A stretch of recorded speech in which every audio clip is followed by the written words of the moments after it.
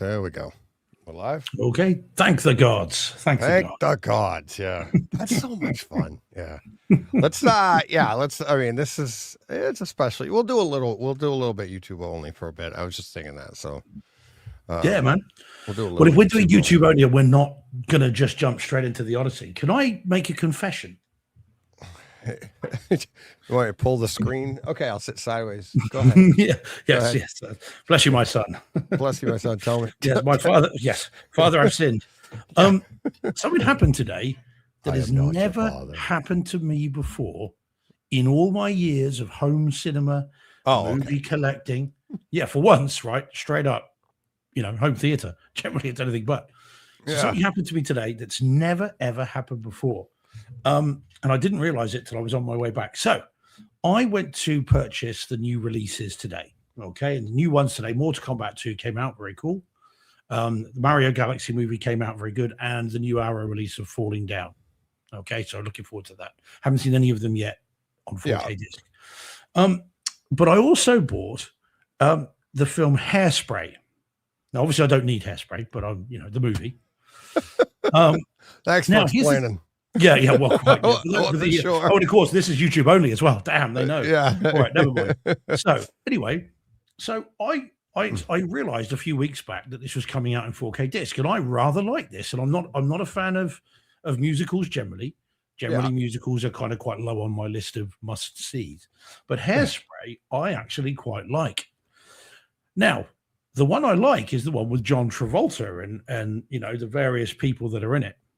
So today, imagine my joy when I heard it was coming out in 4K, and I went along today, got the other new releases, and I picked up Hairspray, which is a Criterion version. So imagine my surprise when I realized after I bought it, it's the 1962 version of Hairspray. Oh, not God. Not the noughties version of it. Luckily, I haven't opened it yet, and it's going back. Oh, really? That's never happened to me before. Have you ever done that? Have you ever bought the wrong version of a movie? I have to have. I honestly don't remember, but I honestly I have to have. I'm trying to think if it's other than my Laserdisc days, I'd accidentally get a pan and scan. Yeah. Now that I think of it, I know I did that a few times, and you're just so excited, you grab it and you run home and you put it in, you're like, ah, crap. And would they be okay about exchanging it? Sometimes. Depends on the place. My guy was. But typically it wouldn't happen with him because he'd be like, this is the pan and scan. You don't want this, Yeah. Well, I thought I was being quite good. I was checking, it's the 4K, UHD version. It's not the Blu-ray. Oh, yeah. And then it wasn't until I was literally walking back to the car. I was way away from HMV where I bought it. Yeah. And I realized that it's this 1962 version. I didn't even know there was a 1962 version. So yeah, it's going back. It's still wrapped. They will exchange it or refund it. Yeah. So yeah, never ever happened to me before. Shocking. Anyway, never mind. Funny. Moving on. That's too bad. I quite like the newer one. Have you seen it? John Travolta and what's her face? Christopher Walken. No. Oh, I haven't. Travolta's in drag the entire movie. Yeah, essentially he's playing. Well, isn't that the whole thing of the movie? Kind of, yeah. Kind of the whole point of the movie. Yeah, well, it's a lot of fun. It's a really good kind of thing. But yeah, we need the new line noughties version, not the 1962 version. Yeah. It's got Ricky Lake in the 62 version. Very odd. Anyway, there we go. Ricky Lake? Yeah, apparently, according to this. Ricky Lake isn't in the 62 version. She's like my age. But it's Ricky Lake. Look, see? You see that? That's from 62? Apparently. John Waters Hairspray. That doesn't seem right. Yeah, man. I thought Ricky Lake, maybe she's that old. I didn't know she was that old. Yeah, it says Ricky Lake. I mean, I'm assuming it's the only one. I mean, maybe there's more than one Ricky Lake. Maybe it's like the Ricky Great Lakes. Yeah, well, I'm going to leave that one alone. Well, there we go. Yeah, anyway, so I shall be having to return that one. Never mind. So, but it's never happened before. Anyway, I thought I would confess all. It can happen to all of us. Yeah, I guess. That's Ricky Lake. Yeah, that's weird. I didn't know that. Ricky Lake. I'm looking it up. I don't know. I guess she's that old. Yeah, Ricky man. Lake. So she was born in 68. Yeah, she's my age. Oh, hang about. Oh, do you know what I've done? Right. The movie's from 1988. It says on the back it's 1962. Yeah, I don't know if you can see that. It takes place in 62. Yeah. Sorry, it's 1988. Right, but it's the 88 Hairspray. Yeah, I do remember that. And Ricky Lake, she's 68, so born in 68, so she's only 2 years older than me, and that's why I was like, I swear when she was out, I'm like, she's roughly my age. It's like I didn't. Yeah, that's fun. But it's it's the 88 version, not the 2000 and whatever. I didn't even know there was a 2000 with Travolta. Really good. Yeah, it's really, really fun. It's got say Christopher Walken plays Tracy Turnblatt's dad, Travolta's the mum, and of course they're both professional dancers, aren't they? Or were. I just Googled Hairspray and it all like Hairsprays came up. No, the movie. Come on, that's. I guess my computer isn't listening to me. Yeah, so the 2007 Hairspray. There we go. That's the one. Yeah, with Travolta. It's really good. It's really fun. He's very funny in it. And the music's really good, and it's a good comment on racism and all the rest of it. It's really, really cool. Yeah. So I thought that's what I was getting. It's a good comment. I love racism. It's a good comment on racism. A positive one. Yeah, positively. If you can spin it that way, go ahead. So anyways, this is going out to YouTube only. Yeah, it's all good. That's all right. Tune in this week where Steve says racism positive. Yeah, 2 thumbs up. There you go. Oh, jeez. Oh, that's a good one. Yeah. Don't put that on a t-shirt. Hero dear. Put that on a t-shirt. Yeah, I'm wearing the new t-shirt. Oh, nice. Yeah. See the new it's got the film on it. That's the 70 millimeter film. But yeah, then the back, the railgun. I don't know if you could see. You had me at railguns. Oh yeah. Yep. So nice. Yeah. Well, I must confess, as Mike has noticed in the chat, I'm not in uniform. I figured this is a spin-off special episode. We could be loosey-goosey. So the uniform policy will not be enforced. Yeah, loosey-goosey, have some fun, special edition, but it is a typical, not a Takeover Tuesday, it's a typical show. So back to back this week. Monday, then Tuesday. I'm still looking forward to tomorrow's. I'm already looking forward to tomorrow's. Because we know what we've got to talk about. That's why we're looking forward to tomorrow. Well, that's why we're kind of doing this too. So let's get to the show and we'll start talking. Yeah, go for it. For everybody to hear. Because this is here we go.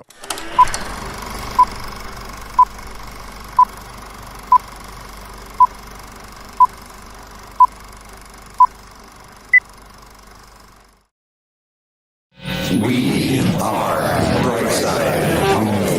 Dear.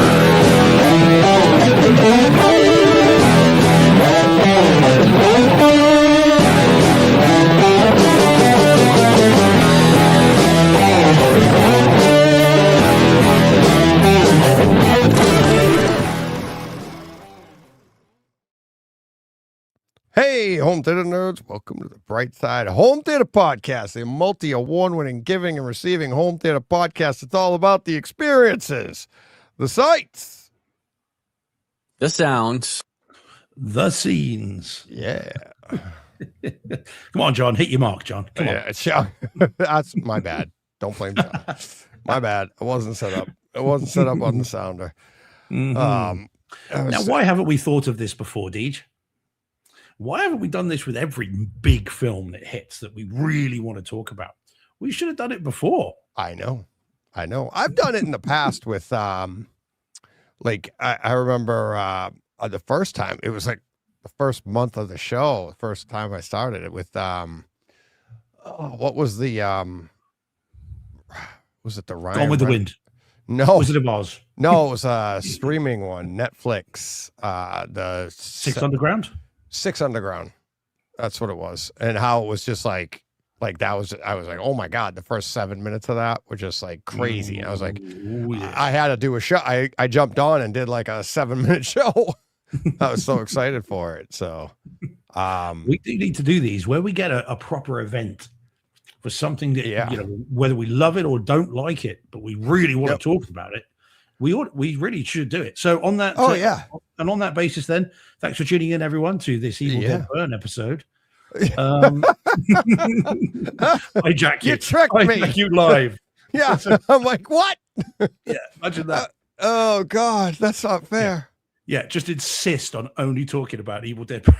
On the Odyssey podcast. But John and I did do this for Endgame the night it came out. Did you? Yes. So it did, like, you know, it comes out like on a Thursday night. You get to see a special, you know, ahead of time, whatever. We did like a midnight showing of it. We did a midnight show. It wasn't live. We didn't do it live. We recorded that night and it went out like immediately after. It was audio only.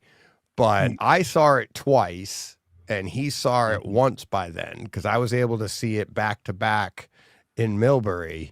And the only reason I saw it back to back is we came up with this idea and I'm like, you know what? I'll see it once and then I'll just see the next booking afterwards, which would be like the same time as John. And then Joe was seeing it. He was down in Connecticut in college at the time. And he was going in like right when I was about to start recording or something. He got to see, like, he got a midnight showing of it. But yeah, we recorded that night at midnight. So yeah, we could do stuff like that too. But see, with you over there, that'd be like early morning. You'd have to get up at like 5 and I'd do it at midnight. You know, do something like that. Well, yeah, but if you do a midnight show and it's Endgame, that's 3 a.m, which is 8 a.m. here. So you're half asleep for once, and I'm well. That's what I'm saying. I could do one. I could do it at midnight, and you would be 5 a.m. Yeah. There's no more. Midnight show. Yeah. Yeah. Time you come out, it's 3 a.m. and then it's like right. If I did a midnight show of it, but yeah.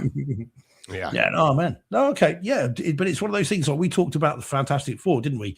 We were going to do our thing as soon as we came out. Oh man, let's talk. You know. Yeah.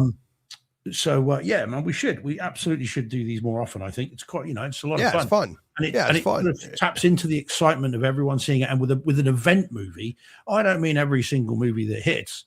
No. But an event movie, something that's really new and different, and you know that we're excited about. Man, we really ought to do these more. Yeah, I think this might be one we do it for. Yeah, what, for the trailer? Wow. Not for the trailer, but like as Michael's saying in the chat, Doomsday trailer looks great. Yeah, I saw that. I just watched it in here a little while ago. Yeah, in the theater here. I've seen it 3 times now. I watched it once at court today because I would have said pulling my hair out, but obviously I couldn't. But I was having a stressful day at court and I saw it drop and I thought, ooh, I'll watch it now. Which is a bit embarrassing when I was stood outside of a room and there were people walking past. Yeah. But then I've seen it another couple of times. It's an old trailer, for one. This was the one shown at the convention like last year or whatever it was. So it's an old one. I think it shows, because I think if you look in the background on some of these, they look like they're just on a kind of, you know, literally look like it's a blue screen. It's all really flat. It's very midway. Yeah, it's all really flat behind them. But of course, that would have been fixed. Very midway. And I also think the trailer is the reverse of what people complain about. You know, giving all away the story. I think the trailer actually muddies the waters in terms of what it's all about, rather than gives you any clear kind of direction. Yeah. But we know that Disney are happy with it so far. We know that. We know that it's 3 hours, 45 minutes long at the moment. So, I mean, you know, I thought the Odyssey was quite long, but 3 hours and 45 minutes, my goodness. And by the way, that's apparently one of the reasons why they're not going with IMAX, because it's too long. You can't, bear in mind, the Odyssey pushed IMAX to its absolute nth degree and physically in terms of the print. So Doomsday is through Infinity Vision, which is the Disney kind of their proprietary version, which doesn't require that. it doesn't require that, but it's also they don't have to pay licensing. They don't. It's theirs, right? So they come up with their own, so that the print itself is like okay, and now they're advertising it like see it in this, and who knows, does that catch on, and other people want to use it as well, so they can make money. But it's like if you're gonna do 3 hour and 45-minute movie, that's a lot of. Well, they physically could not do that in IMAX. They just couldn't do it. The spindle. I mean, they had to increase the spindle for was it Oppenheimer? Certainly for this one, for Odyssey, they had to. They literally physically had to fix it. Yeah, so because another 45 minutes on top. That's the thing is Oppenheimer also did a 70mm version, but the whole thing wasn't IMAX 70mm. The whole thing was 70mm because it's not like you just shift film in the middle. So the whole thing was 70mm, but then you went between IMAX and standard, you know. This is the first time. This is the first movie to ever be full IMAX, 70mm IMAX, and but yeah. So I am. Don't get me wrong. I'm looking forward to Doomsday. By the way, anyone wants the plot, it's all online. Now, obviously, it has been tinkered with. They are working on it, but as I say, we have it on good authority. Disney are happy with it, and as I said, it's very long. So yeah, I'm psyched though that it's really long. To be honest, well, that is kind of too much. You can't have too much. 3 hours and 45 minutes. It's like. The worst part for me for movies like that, which like Endgame was 3 hours, Infinity War was almost 3 hours, right? Or just over thereabouts. And you're going into these things and you know you're going to love it because it's Marvel. It's they haven't, even if it's, you know, they don't have to hit a home run. They can bunt it and you're like, oh, that was great. You just have fun with the character, especially with Robert Downey Jr., Chris Evans, Chris Hemsworth, all these people that are doing, you know, all of the actors, we all loved them. So it really didn't have much to do with how the quality of the writing, but the writing was there too. You know, it's the comic books, it's this, it's that. And you couldn't wait to see whether you're a comic book fan like John and I were. A lot of what we talked about back then was how they adapted the comic. But even if you're a huge fan of Infinity War, the comic, you were going to get something new. Even, you know, but it was going to be true to it in a way. So there was so much and going in, you were like, oh, this is going to be 3 hours. Thank God. Because you just want to have fun for 3 hours, you know, and you don't want it to be over too quick. You don't want to be like, oh man, but 3 hours and 45 minutes. I can't imagine this movie, me sitting there like, oh, this is a slog. Yeah. You're like, I don't want this to end. You know, by the time Endgame ended, you were like, oh, it's sad. It's another year before I get more. Yeah. The only thing that Marvel need to promise me and Disney need to promise me is that Secret Wars will be the same length, because I just want Secret Wars injected into my eyeballs. Yeah. So if we're going to get through Doomsday, which is a story I don't know, well, if you know what I mean, from the comics, as it were, right? Then, but Secret Wars I do. And I love, and that has a seminal thing to my childhood, which we've talked about a number of times on the show. Secret Wars is my childhood. So I need that to be 3.75 hours long, because I want it. I want every beat of every part of that series. You know, no messing around. I want the whole lot. So man, I want the Hulk lifting a mountain. I want the Beyonder, and I want Spider-Man's black suit, and I want all of that. Nothing. I think a lot of that'll have to do with how this one plays. Like if 3 hours, 45 minutes, if you could, I mean, they're cutting almost in half their ability to make money, because where it's almost 4 hours, that's 2 showings and you're getting one. So they're doing that. But if it still makes the money, it still gets the reviews, it still gets the reception that all the others got, of course they'll do it. If it doesn't and people are complaining, they won't do it again. Yeah, they'll be like, okay, that was a mistake. We lost them, so hopefully that's not the case. But yeah, I mean, I am definitely looking forward to it. And as I said, if they're happy with it, that speaks volumes. And by the way, the cast isn't even close to being revealed. Not even close. Oh, for Secret Wars, you mean? Well, no, for Doomsday. We don't. The number of people in this is not even close to what's been revealed. Oh yeah. Not even close. I know. Yeah, I know. It's gonna be fun. It's gonna be fun. Shall I say hi to everyone in the chat, by the way? D? Yeah, let's hit the chat. They're putting in extra time like we are. You know, they're they're not sacrificing their daughters. Them, you know, doing the overtime. Yeah, they're not sacrificing their daughters, sacrificing their time, just like us. There you go. And what does it say? You've seen it twice. Is it you've sacrificed that which means most to you, or something like that? Yeah, like that. Yeah. Which reminded me a lot of Infinity War and Endgame. Yeah, true. Right? Yeah. Okay. Yeah, it does. All right. Well, let's say hi. So Marcus Beebe was in first. Well done, Marcus. When I must admit, Marcus, I was starting to think we hadn't advertised this enough and we were going to have nobody in the chat. So well done, Marcus. Good man. You restored my faith in humanity. Mike's in as well. Hey, Mike Piantadosi saying he's Eraser was a home run. So yeah. Oh yeah. We both love that. Completely agree there. Kuzman's in as well. Hey, buddy. That's oh man, what's his name from Twitter? He's good as gold. Sorry, man, your name has escaped me. Apologies. But hi, good to see you, Kuzman. He oh man, can't think of his name. I can only apologize. Wild Booker's in as well. So hey, Wild Booker. Garinda, hey buddy. Holger's in. Guten Arbeit, Holger. Hope you enjoyed your trip to the Odyssey on the largest screen in Europe. Yeah, he was booked in for that, so hopefully you enjoyed that, Holger. I'm pretty sure you've seen it by now, from what I remember. So Paul Hertz as well. Hey, Paul, good to see you, buddy. Newbie just dropped in, but JB423 V9R sounds like a Star Wars droid. Good to hello. Eric Ridgely's in as well. Hey, Eric, how you doing? Old School Kung Fu Films is in. Old School, check in tomorrow night for discussion of awesomeness. Yeah, stay with us tonight, obviously, but tomorrow night, oh boy, have we got sights to show you. Yeah, and then Paul, so Paul says Doomsday not shot on film, so not a lot to point, making a print of it and almost 4 hours long. Bring it on, Paul. I thought you didn't like the Marvel movies. I thought you'd kind of gone a bit, soft on those.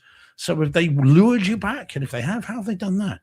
Because I always seem to remember you being quite lukewarm on them. But maybe I'm misremembering. But yeah, you'll have to let me know what got you back on board. I seem to remember him being not as keen as we were. But there we go. Yeah. So anyway, there we go. So everyone present and correct. Fair few here. So all good. Yeah. Now, Deej has seen the Odyssey twice, and yet he still can't get enough of it. Hence why he keeps looking over his shoulder. I'm you trying just want to see more, don't you, Deej? I do. I watch.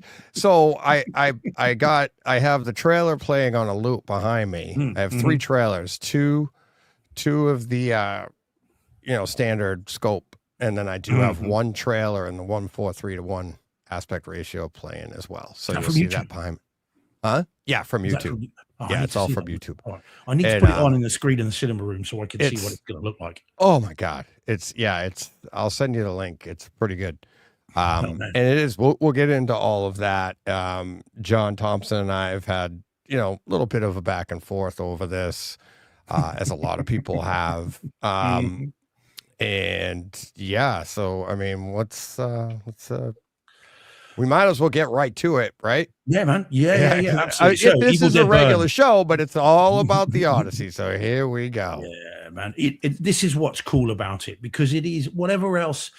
And you and I think, slightly differ in terms of our view of this. Me only after having seen it once, you having seen it twice. But it is such an epic, whatever else we think about it. We talked last week about historical epics. That's a hell of a poster, by the way. I haven't seen that before. Isn't it? I love that one. Yeah, wow. That's an eye, isn't it, as well? Yeah, that's the first one I had behind me, but it doesn't show up as well on that screen in the dark. Yeah, that's a great poster. Isn't it? Yeah, that's the one I like. Yeah, the storm, sort of tempest, as well as the eye. Yeah, man. Yeah, and the eye, the whole, And, so it's such what's that guy's name? The character that played Odysseus. What's his name again? I forget. Matt Damon. I'm kidding. Or you could say Sean Bean, because he played Odysseus in Troy. So it could have been Sean. And I was talking to a friend of mine about that earlier. We'll come to Troy a bit later. Well, you don't want Sean Bean playing him, because then he'll only be in it for 5 minutes before he dies. He will. And he'll talk very much like this for the whole film. He It's dies not and quite as everything. cool. Poor guy. He does. And it is an epic movie. So it is a movie that does warrant its own show. It's not as cool to squeeze this into a 10 or 15 minute review, man. This is one that does deserve room to breathe. Yes. Hence why we're doing this. And it was your idea, Deej, with fairness, and it was a great idea to do this. It's great because then we can just talk about it as much as we like. Talk freely, openly. It's safe space. Kind safe of. Space. It's gonna get ugly. And Evil Dead Burn. Yeah. Okay. All right. So in terms of then, before we talk the movie, before we talk the experience, and of course you've got two experiences to choose from because you've seen it in two formats. Yeah. Did you want to talk about the build up to it in terms of why you saw it first and why? Because you've got a story about that, and then I've got an unusual story about my first one as well. Yeah. So, because yours was in a very particular place, wasn't it? Yes. So do you want to enlighten the viewers? First off, credit where credit is due. I wouldn't even have been able. I probably wouldn't have seen it where I saw it already. I was able to see it in 70 millimeter IMAX at in Providence, Rhode Island. They have they had a 70 millimeter presentation before. I saw Oppenheimer there. And as I've experienced now on Twitter I've gotten a lot of questions from people. Is it working? Because Oppenheimer is the one that the last movie they showed there in 70 millimeter IMAX because it crapped out. So one of our followers said, like, oh, I was there when it crapped out. I was like, oh. So they've completely it's Apple Cinemas now in Providence, Rhode Island, and they completely redid the entire room. Like, not this, I don't know if they redid the seating because it's not like luxury recliners or anything. It's comfortable, but it's not power seats or anything like that. You're there for the pure spectacle of the sights, the sounds, the scenes. It's not about the comfort and everything like that, but it is nice. It's comfortable. So anyways, and when you say Apple, Deej, is it the Apple, or are we talking about I don't know. It's just Apple Cinemas. I don't know. I didn't look into that far. But it's but yeah, so Joe, my son Joe, looked like 2 months ago when they went on sale. And this cinema was like I told you, I saw He-Man there. But that wasn't, it was in that room, but obviously it wasn't a 70 millimeter IMAX. This was the first, literally, I saw the second viewing on that projector. It was like, this is the first time they used it. Joe's boss saw the earlier one, the showing that started earlier. So he saw that. We saw the second viewing, but Joe's the one that went online and he was able to get him. When he tried to get the first showing, it was pretty much sold out. We got our seats. They were pretty good. They were like, center, left a little bit to the left, not perfectly centered, back enough that you could enjoy it and see it. And it, not down low, not up high. So it was really good. Great. What was the cost, Deej? Do you know how much they were? $25 a ticket. That's not bad at all, is it? No. But it is that's probably one of the most expensive tickets around here for that. But, and then Joe and I have been talking all weekend doing the math. He said it's like 400 seats, I think, something like that. So you're looking at $25 a ticket. I think they said like, they make 10 grand. They bring in 10 grand to showing. They're sold out. They are literally sold out. Joe and I are like checking every day, 3 weeks out, sold out. Like you can maybe get a seat like 3 weeks from now. You can start to see the front row a little bit. And it's like, you're into middle of August, and then maybe you can get close to the seats that Joe and I had, maybe close to them, not those seats, but that starts to get sprinkled on the sides a little bit.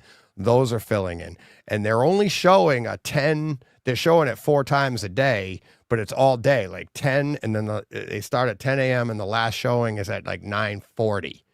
And like Joe and I was saying the other day, I'm like, these are all sold out all over the place. The 70 millimeters all over the world. And I know in California, they're selling out 3 a.m. showings. Yeah, so, I saw that. Yeah. why, like I said to Joe, I'm like, why don't they throw a 7 and like a 1 a.m. on there, 7 a.m. and a 1 a.m. bookend it and start selling those. And I'm sure it would fill up. Instead of waiting 3 weeks, you go and see it at 7 a.m. on Saturday, you know, and I'm sure they could do it. And I saw something on X earlier. I mean, I don't know if this is true or not. I haven't checked, but it's on X. It's got to be true. Someone said that the BFI IMAX, so that's in London. That's a big, massive, again, 70 mil, huge thing. That sold out until the 10th of September. Yeah. So, they're gonna make their money. They're gonna make their money. They're gonna, and I mean, I think that especially for the 70 millimeter, this is going to affect, like, you're not going to be able to go to that room and see like the new Spider-Man movie. They're not going to show it in that room. You know, this is going to be for this. And it was, like I said, if Joe hadn't looked that up, and it's like, you know me in my brain, the way it's been the last few years. And I'm like, oh yeah, that's coming out now. Okay. And he called, you know, he texted me. He's like, do you want to go see? I'm like, yeah. And he's like, I got 2 tickets. We're good. And then we get there and he's like, I should have bought 4 or 5 or 6 because, you know, you could have sold, you don't know, this was 2 months ago. And then, I mean, we were excited for it. And let me, actually, you know what? Let me, I'll actually pull this picture up. My system's not working as smooth as it did the other day, but that's okay. So, boom. Yeah, let me try that. Boom. So there we are. That's Joe and I. We're there. And you had to wait in line to do that. Oh, really? Yeah. They had a huge line and they're like, so you waited in this line to get your picture there. They had a ring toss on the side, and then you could spin the wheel and do all of this stuff. And like, if you spun the wheel, you could win a grab bag. If you did the ring toss, you maybe won a grab bag, or you got to pick something. And then we waited like idiots. We waited in the line the whole way up there. And they're like, what you can, I'm like, I'm just here for the picture. You know, I just want to take a picture for the show. It's like, because they even said, like, post it to your socials. And I'm like, well, if I didn't have a show, I wouldn't wait in this line. So we waited in the line. Come to find out, you're spinning it because if you don't have socials and you're not going to do anything like that, you could potentially win this. We took a picture. I'm like, yeah, I'm going to post this to my show. And they're like, yeah, take whatever you want. Take it all. So I'm like, we could have just walked up and done that. I didn't want to do a ring toss. So yeah, so we did a picture. We did the picture. And let's see, what else did we have? It was really nice. It's like they had the 70 millimeter advertisement outside. It's the next closest 70 millimeter to us is in New York. Mm-hmm. And I think there's 2 of them in New York. One's in Rochester, one's down by New York City, so they're pretty far apart. And the other thing, you want to get into that, I was talking with Todd Anderson the other day about this, is that there's a lot of places saying, and it's not the places themselves, but there's a lot of bad information of people saying, like, where to see this, and it's news reports or web, newspapers or whatever, and they're saying, Jordan's Furniture in Framingham has the best IMAX 3D experience. Go there to see the 70 millimeter IMAX experience. No, that's not how it works. And it's like, so like, I think what a lot of people are doing is they're going to do this, and they saw it online and they think you see it online, it's real. And it's like, you AI it and it says, yep, that's IMAX. Okay. And I think the name IMAX has gotten so convoluted because of all the different versions and all the and it's kind of ruining the brand in a way. Yeah, it's making it complicated, but it doesn't need to be, isn't it? Yeah. It's like, because if you think about it, I mean, again, we talk about this. Most people couldn't give a flying you-know-what about, they don't care about it because they don't know about it and it's too complicated. So they just shut down. And hence what John's been wrestling with, John Thompson, all weekend. Yeah. This kind of, oh yeah, but it's not really, and oh yeah, but that's not the, and oh yeah. So yeah, IMAX have not helped themselves with that. I would say this kind of education should have been a year ago.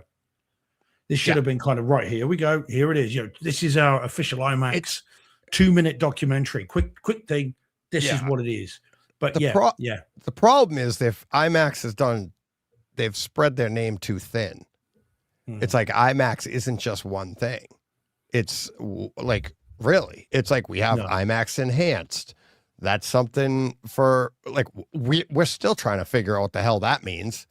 Like, what is that? Is that like a THX thing? Like, it's an approval? Does it mean you're getting the larger screen? Does it mean you're getting DTSX? You don't know. It's different everywhere. So even that is unknown, right? But then you go to a theater and it's like, it's an IMAX laser projection. What's the difference between IMAX this, IMAX 70 millimeter, IMAX, or it just, there's so many different versions of it that people, it's lost its luster because you don't know. And what I think happens is in the case of something like this, where it's IMAX 70 millimeter, which actually is like means something, people are going and seeing something far less than what the 70 millimeter presentation is. Yeah. And I should say the IMAX 70 millimeter presentation is. So they're coming out after hearing all the all the great things about it, and they'll have all these expectations. They'll come out and be like, it's not what I expected. Well, so because you didn't see it. You just saw it in IMAX.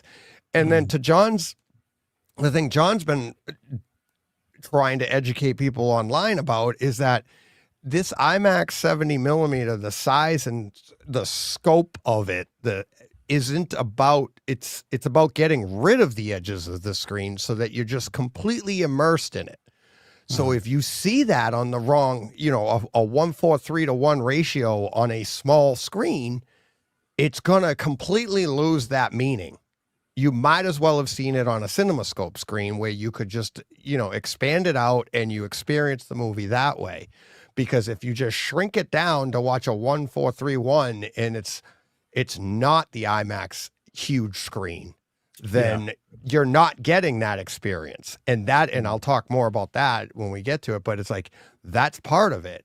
And people aren't getting that. And then on top of that, as we'll get to, I saw some notes in the chat already about the sound.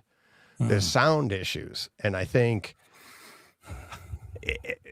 look, most of this show is going to be me just raving over IMAX, but they're not doing a great marketing job. They're kind of swimming against the tide on their own, from their own fault, really. Yeah. Then they haven't made it easy, which is what you need to do. But then, having said that, they're making all the money, so I'm sure IMAX are like we care. But certainly there was an opportunity to educate the public that seems to have been missed, even amongst people who are movie fans. They still don't quite get it, which again is what poor old John's been dealing with all weekend. Okay, right. So what was the actual cinema like once you then got in there? What was it like, in terms of its layout and everything else? The layout is you're probably looking at if I had to put it in building terms, you're looking at like a 12 pitch for your seating. So you're sitting down and you're looking down, and it's like you can see over the tops of everybody's heads looking down, and you see a glass rail along the front row, because even in the front row, you're looking down. You have the ability to see further down at the screen, but then you're going to be looking straight up. This screen is massive. It is a massive, massive screen. And like I said, 400 people, it's wider than it is deeper. So like the screen has it's a curvature, but then all the audience is curved too. So you got like that, that eye shape if you're looking down from up above. And I can't say that's not a bad seat in the place. Even on the edges, you'd get the gist of it, but it is better the closer you get to the middle. And then even like we sat about a third of the way up, which is where I like to sit. But even this, it's like, even if you're in the back row, because of the pitch of it, you're looking at, you're probably barely to the middle of the screen if you're all the way in the back row. Okay. So I think typically in a scope, a 240 scope screen, or even a 16:9, something like that, you kind of want your eye line to be in the middle. I feel like for this, to get the grandiose of it, it's like you kind of want to be below middle so that you are sitting like this the whole time, and it does do that field of view. It's, so you're looking up. Everything is towards the middle, like we said, like John was saying, and we'll probably talk about it a little bit, but everything is shot for, like, your subject matter is going to be towards the middle, but then you're looking up like this, and it just gives you that nice field of view instead of sitting straight in the middle where you'd be down and like that. It just gives you that feel. And it really nice. The black levels, you can't have deep blacks on a screen in a room like this, that, on that size. You're putting so much light out at this thing. You're going to be graying out your black levels a little bit just because of the reflection of the light coming off of the screen. But it looked gorgeous. It did. It really did. It's like, I know the difference. I know deep blacks. I mean, we talk about it all the time. So I knew that it was, a little bit subdued from there, but it was well calibrated because your brights were very bright. At no time did I think, oh, wow, this looks too dim, too dark, or anything like that. I felt like all the detail was there. It just, I did see it again in with a Barco laser projector, and the black levels were like much deeper there, and you got to see, but again, it's not as tall. So, but the presentation was awesome. There was dirt. You get the dirt on the on the wind, like you'd see little specks. Oh yeah. And it'd go away and come back and go away. Like you'd see it blow. I mean, cause you got to imagine you're shooting it from a lens that's like this big onto that giant screen. So there's a little piece of dust and you'd be like, boop, little specks on the screen. Same thing happened in Oppenheimer too. And you'd be like, it would, like, at one point you were like, I think it looked like a bug. It was moving. It was like just little specks on the screen and stuff like that. And I did see, I don't think it was dirt on the film, though. I literally think it was like on the lens, or maybe on the glass or something that's coming through, wherever, because it would go away, but then another piece would land someplace else or something like that. It was like, because if it was on the film, it would only be on a frame. It wouldn't stay in the same spot, right? It would only be on like per frame. It was like, well, if it's one frame, you wouldn't even see it. That's my point. No. You wouldn't even see it. And they do have contingencies for that to keep the film clean, right? You've seen that. I've seen stuff like that. Yeah.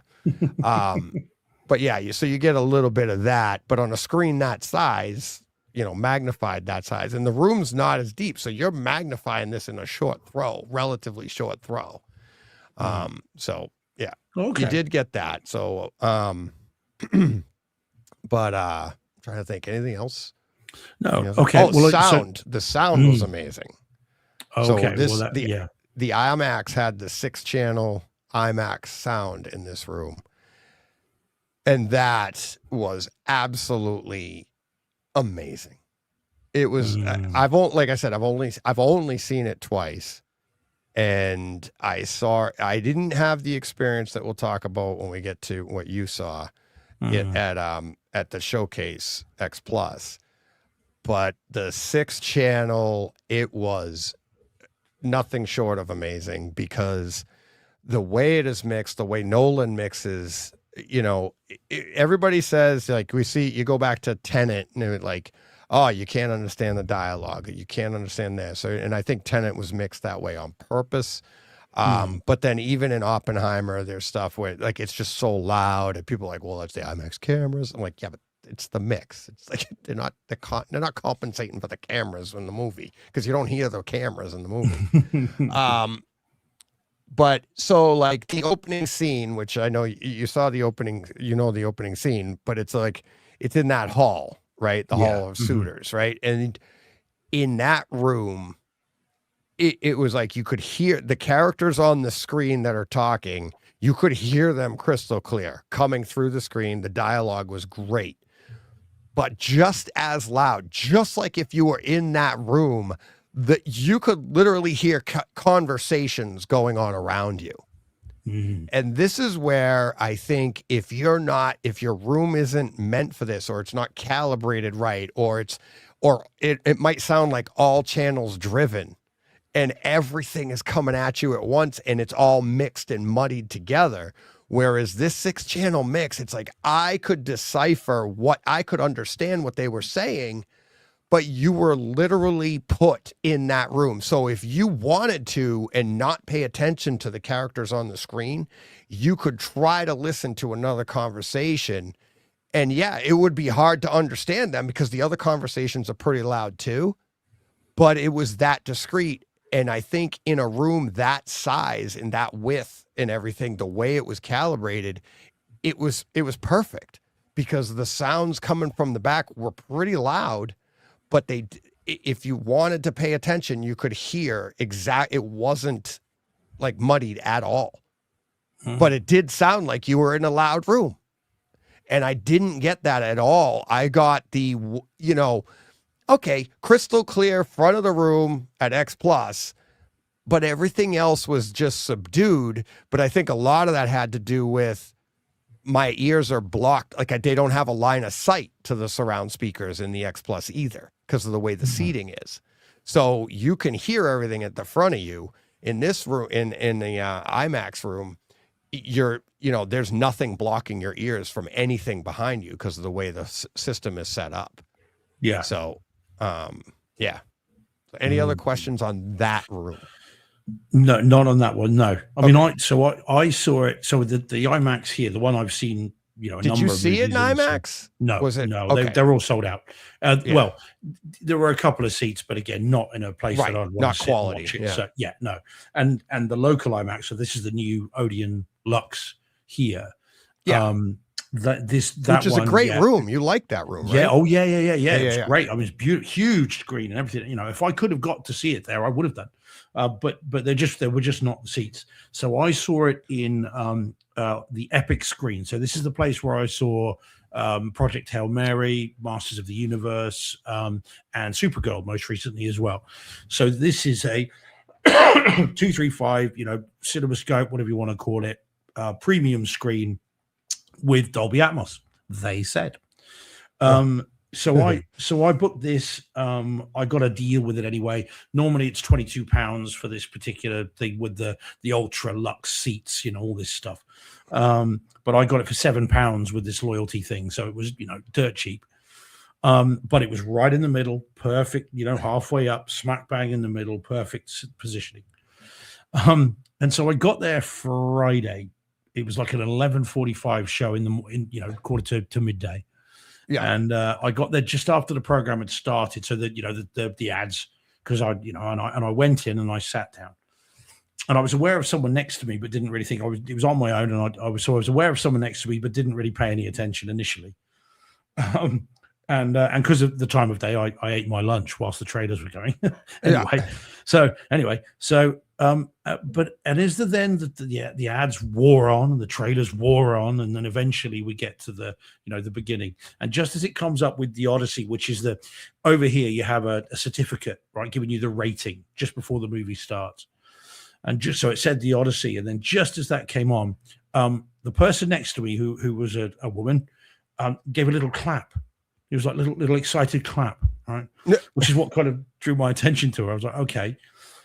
Now, what was odd about her is she was dressed like Helen of Troy from Troy. All right. So she had a white dress on, a gold headdress, a gold arm bracelet, and a thing like that. So she had come dressed for the occasion. I think she was on her own as well. Bit weird. Anyway. So she was dressed, which is just a bit odd. Anyway, so she was there. But more about her in a minute. So then, it was CinemaScope, as I said, and they play a trailer before the movie of Dolby Atmos sound, Barco 4K laser projector. And in this particular screen, they do a thing before each showing of some minimum wage lackey who I feel very sorry for, even though I'm being disparaging in my description, comes in just before the movie. There's a spotlight on them, and they've then got a script to read, which I think is supposed to be part of this epic experience, right? And I've no doubt, now, Deej, please don't take this the wrong way, right? But I've no doubt that when they came up with this in the boardroom of this particular theater chain, I suspect there was an American who came up with it, right? Because Americans can do enthusiasm way better than English people can, right? And I say that as, someone who's not a Brit, right? You guys can get enthusiastic and you can whoop and holler and all this stuff. Yeah. And so I'm sure they thought it was a good idea, which is what it's supposed to be is, they've got a script and it's like, welcome to Epic. Join us on this epic adventure as we journey into the Odyssey with the gods and with monsters, and welcome to this experience. And they then say in 4K laser projection and Atmos. And then off they walk. So that's what it's supposed to be. But what you actually got, and this has happened every time I've seen a movie there, is this person goes, "Hello, my name's Grace. Welcome to an epic screen of Odyssey of gods and monsters. This is epic." And off they trudge, right? And of course, everyone then shifts awkwardly in their seats because it's really embarrassing. Okay, yeah. You feel bad. It's really cringy.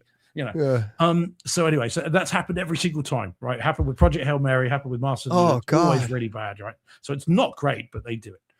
That's great. So anyway, so the movie then begins, right? And now, so it's CinemaScope, not IMAX, but it is 4K Barco Laser Projection.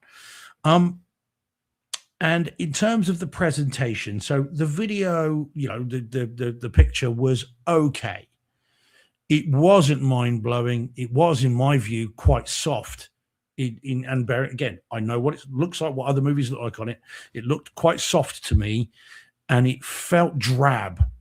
Really drab. Now, I think that's the movie, and I don't think that's the fault of the projector, but it was very, very washed out. The opening scene's kind of on the beach, isn't it? You get that kind of talk, Yeah. And it was very drab, very washed out. And I thought, it's like I've got sunglasses on.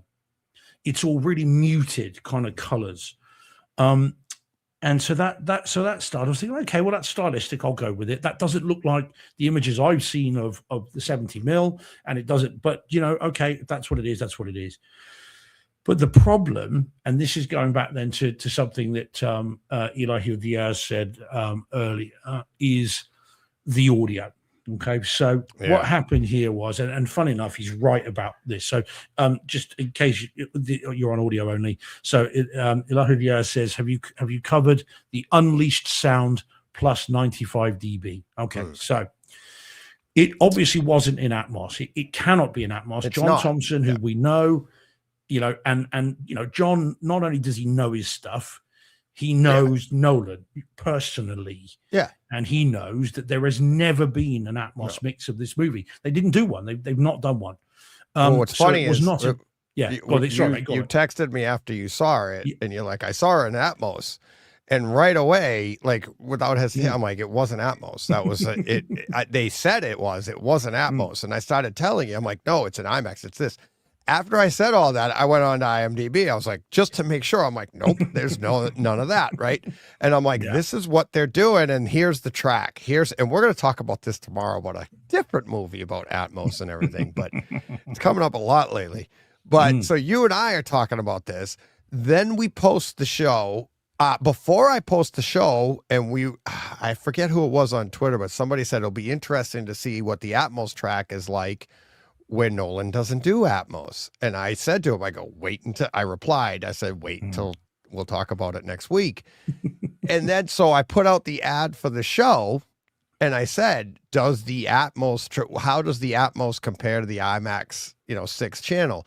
And I put Atmos in quotes, right? So John texts me. He goes, there is no Atmos. Yeah, so now I'm sending him screen grabs of what I already said to you. I'm like, I know, John. That's why I put it in quotes, buddy. So we had a back and forth. And I was talking to Joe about it. I go, how nice is it that I'm giving you information? I get a very well-educated Hollywood producer texted me, contacted me to give me information, and I'm saying, yeah, I already know. He's like, good for you. And I'm like, what a confidence booster. I was like, John, I'm trying to show him, look, I already told him you can stop. But yes, he sent me about a 3-page text as well.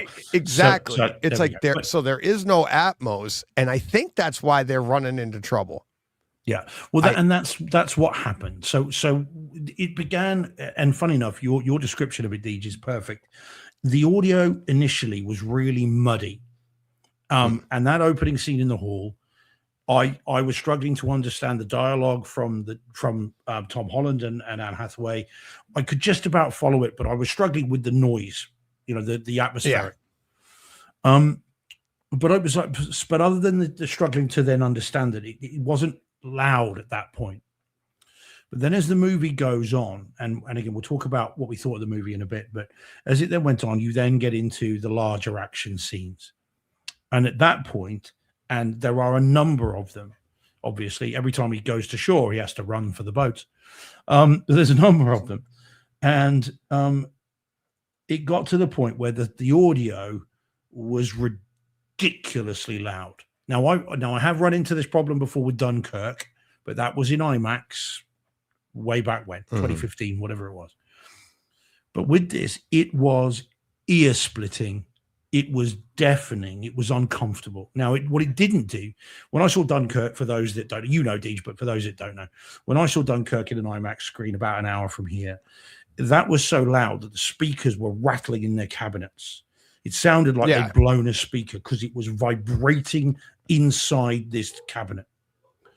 And that wasn't happening here, but the audio was deafening. Now, during the movie, I counted it. So I've got an Apple Watch Ultra 2. Nobody asked, but just in case you're wondering. And that has a noise thing on it. So if you hit 95 decibels, you get a warning. Okay, which is this could cause hearing damage. And when it goes off occasionally is when you're doing hand dryers. A hand dryer in the men's room, whatever. That's when it'll kick. You'll get that warning. It has never ever gone off in a commercial theater ever. Wow. During this 3-hour movie, it went off 6 times. Okay, I had a warning. Obviously didn't make a noise. I had a buzz on the watch 6 times to say over 95 decibels. Consistent exposure could damage your hearing. It was uncomfortable. It was unpleasant. And this woman next to me, Helen of Troy, next to me, as I'm sure she'd like to be known, had her fingers in her ears for most of the movie. Certainly during all the action sequences, her fingers were in her ears. And that was very unpleasant and was clearly not what was intended, it seems to me. And there's been speculation. I mean, again, we have talked about it. John and I talked about it as well. I mean, there's stuff online about it and on X, is whether this is forcing, all the speakers to run at once at full pelt, or whether they've tweaked the audio upwards. I just don't know. But what I do know is in that screen, in that time, it was very, very uncomfortable. And did it ruin the film? No. Did it make it harder to like? Doesn't help. Yes. No, it doesn't help, right? No. Because if you're constantly, 3 hours of that, it's like, now your volume, the issues with that could be, it could be the decoding too. Okay. So like, if they're not decoding it properly, or they haven't set the room up for the mix correctly, then you're gonna, so what I'm trying to compare it to is like if you watch a movie, and they do this on Netflix now, that you can set it up. Like if you have a 5.1 setup or better, you could tell Netflix I have a 5.1 setup or better, and it'll give you a proper mix. But if you try to run that 5.1 setup through a sound bar, all those rear channels will come through the front, just like they're at the volume they're supposed to come through on the sides, which will then muddy it. Okay. So like it's like all channels driven through that one front channel. So like I've said, it's like I watched, this is back way back before these options were available, but Avengers, the movie Avengers from 2012, and that opening scene, and you can hear, if you're watching it on a soundbar, you hear that and it's just the alarm going off in the building. But if you watch it in a 5.1 setup, you barely hear it in the rear channels going. Yeah. You know what I mean? But in a sound bar, it's just coming through loud and clear, and it's hard to hear. It makes everything, because everything's coming through like that. So that could be the setup that's going on in these different theaters. And it's not necessarily the volume of each channel. It's just the fact that these channels, it's not being decoded properly. Potentially. I'm not saying that is the case, but that is a potential reason. Yeah. Well, it would explain why those movies that I've seen that are out, again, Project Hail Mary, Master of the Universe, Supergirl, all sounded great. You know, in Atmos, and again, real movement, everything. You know, I was effusive in my praise about this screen on all the three of these movies. Yeah. It's just this one where it was like someone had stuck a saucepan over my head and just banged it with a wooden spoon for 3 hours. And at the end, I had a headache. What showing did you see? How? What do you mean? How early on was it? Oh, in the run, it was they had one at 8 a.m. and then this was the next. Was it the next one? So this is day one. Third one. There was a third show. Day one. Yeah, so it was 8 a.m. I think there was one at like 9:30. It's possible. 10, 11, 12. I can't have been. It must have been 8 a.m. and then 11:45 because of the timing. I've seen this with. It's obviously more evident when it's a picture issue. But remember, I can't remember the movie it was, but they didn't set it up right because they had just gone from the previous showing. This was literally the first showing of this, and they just jumped right to it. So the aspect ratio was all screwed up, right? It was supposed to, so they hadn't adjusted. They were still running off the previous movie's aspect ratio or whatever. And you're like, this ain't right. But by the next day, it was fine. That could be the case. Like people are just trying to get this out so fast, and they're not adjusting where this isn't Atmos. Most things come through in Atmos. This isn't Atmos, and they've got their Atmos decoder running on hot, and it's just not, I'm just spitballing, but it's interesting because so we've got Paul X Rental in the chat. So he's a new listener, I think. Hey, Paul, but he's talking about the cinema where I saw this. So he says, joining late, my son works at Cribs View. That's where I saw it. Okay. I went to their first Epic showing. So again, it was the Epic screen. It's a brand name in and of itself, and was very let down, looked awful. My son told me that they hadn't received the 4K file, still presented as full Barco. Now, he does clarify, I think he means that is a, so he says, my Cribs story was for Wicked, not Odyssey. Okay. So I think he's talking about a previous issue. Yeah, so they have issues. Yeah. So that may well have been what it was. It was weird, and it was not, but very unpleasant. And I had a headache as I came out, which again I don't normally do that, but I was like, and honestly, the second the screen went black and it was Chris Nolan, I couldn't get out of there quick enough. I didn't even get a chance to say goodbye to Helen of Troy. I was just out down the stairs and out as quick as I could, because it was like an endurance test.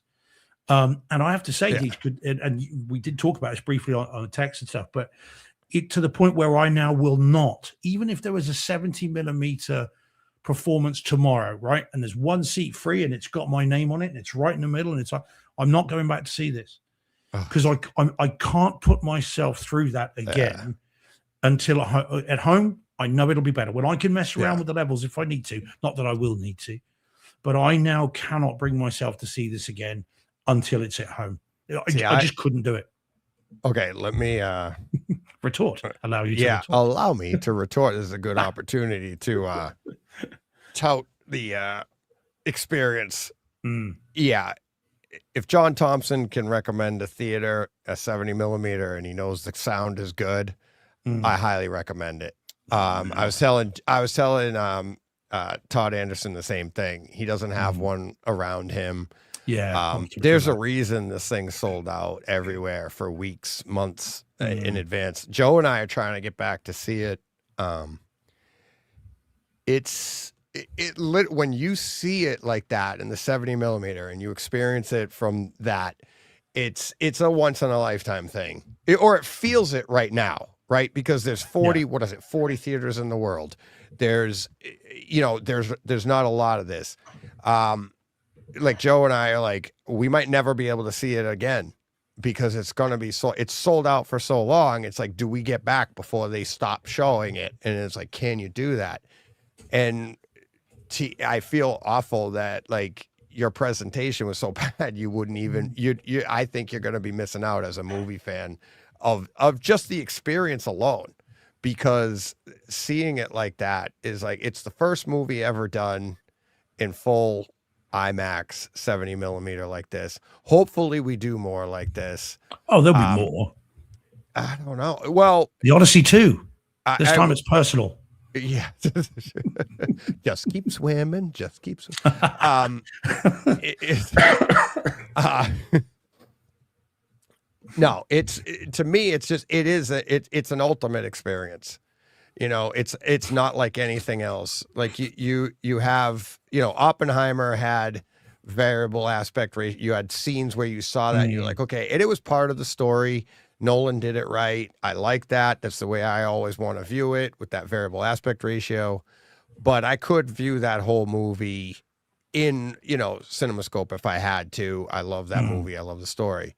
This is a myth. It's a tale. It's legend. And then to have this movie made this way, this story told this way, and to see this unfold in 70 mil like that way, you're not going to be able to duplicate it at home. You can't. Even like, you can have, like, I'm looking at it for my new theater. I'm like, okay, and we'll talk about that a little bit, but it's like the idea of, you know, constant width, and you just go height. So you put in a 4:3 screen or a 143:1 screen. So your width is always the same, and then everything else just goes boop, boop, boop, boop, boop, boop. And that's the idea of it. That's literally the idea of these scopes.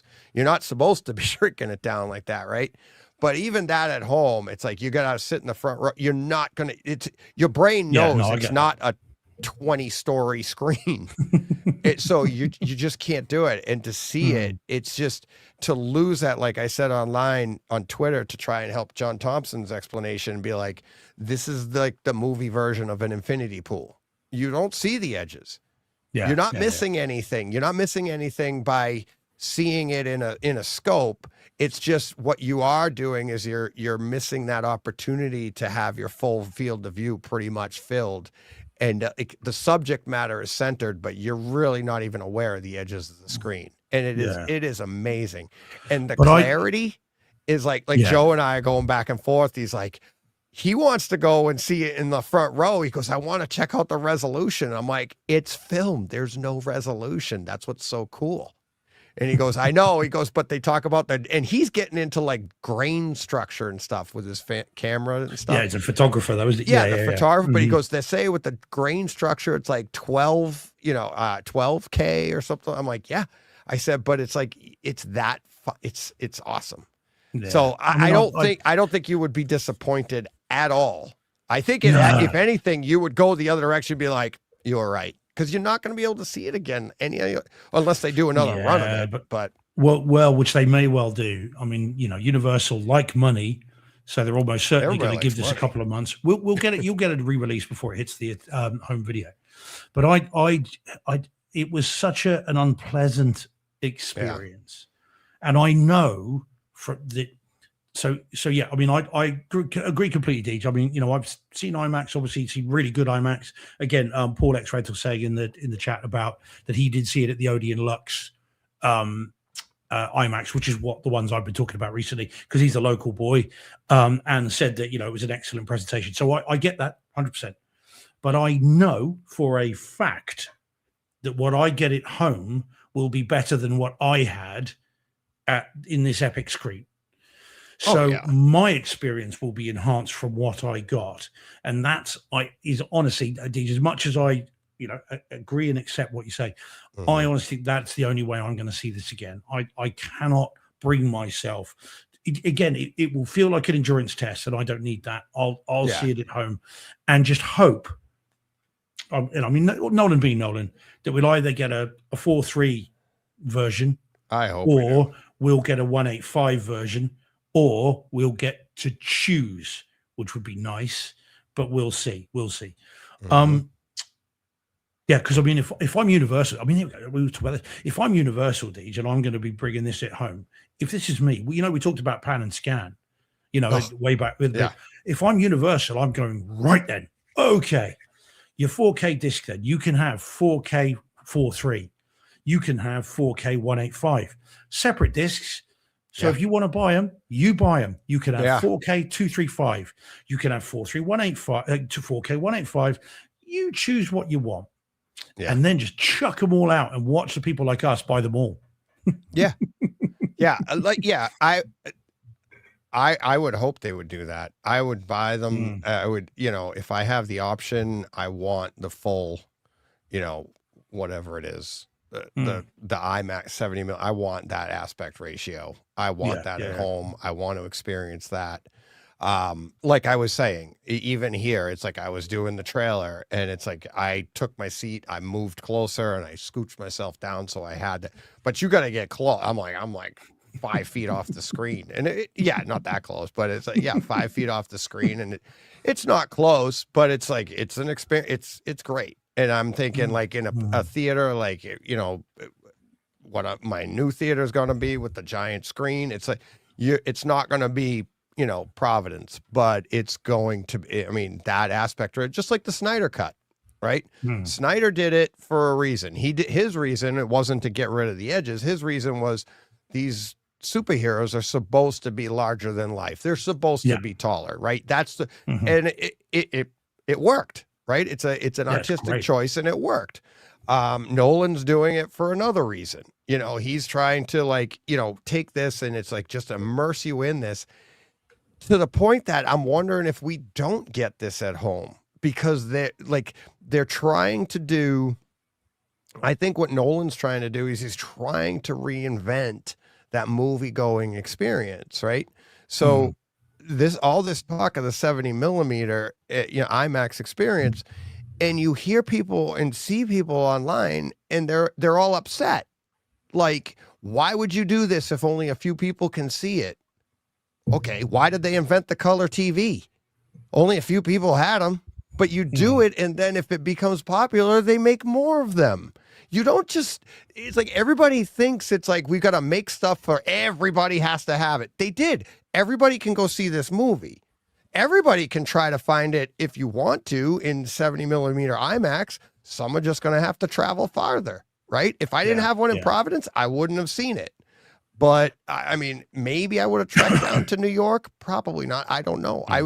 Because I don't know what I wouldn't have known what I was missing. If I know what I know now, I'd be down in New York. I would have known. But you don't know until you see it, right? I mean, so I think we will get a cutting edge home theater experience with this. I think it'll be so. Either 4.3 or full screen, one or the other. We're not going to get the scope one, I don't think.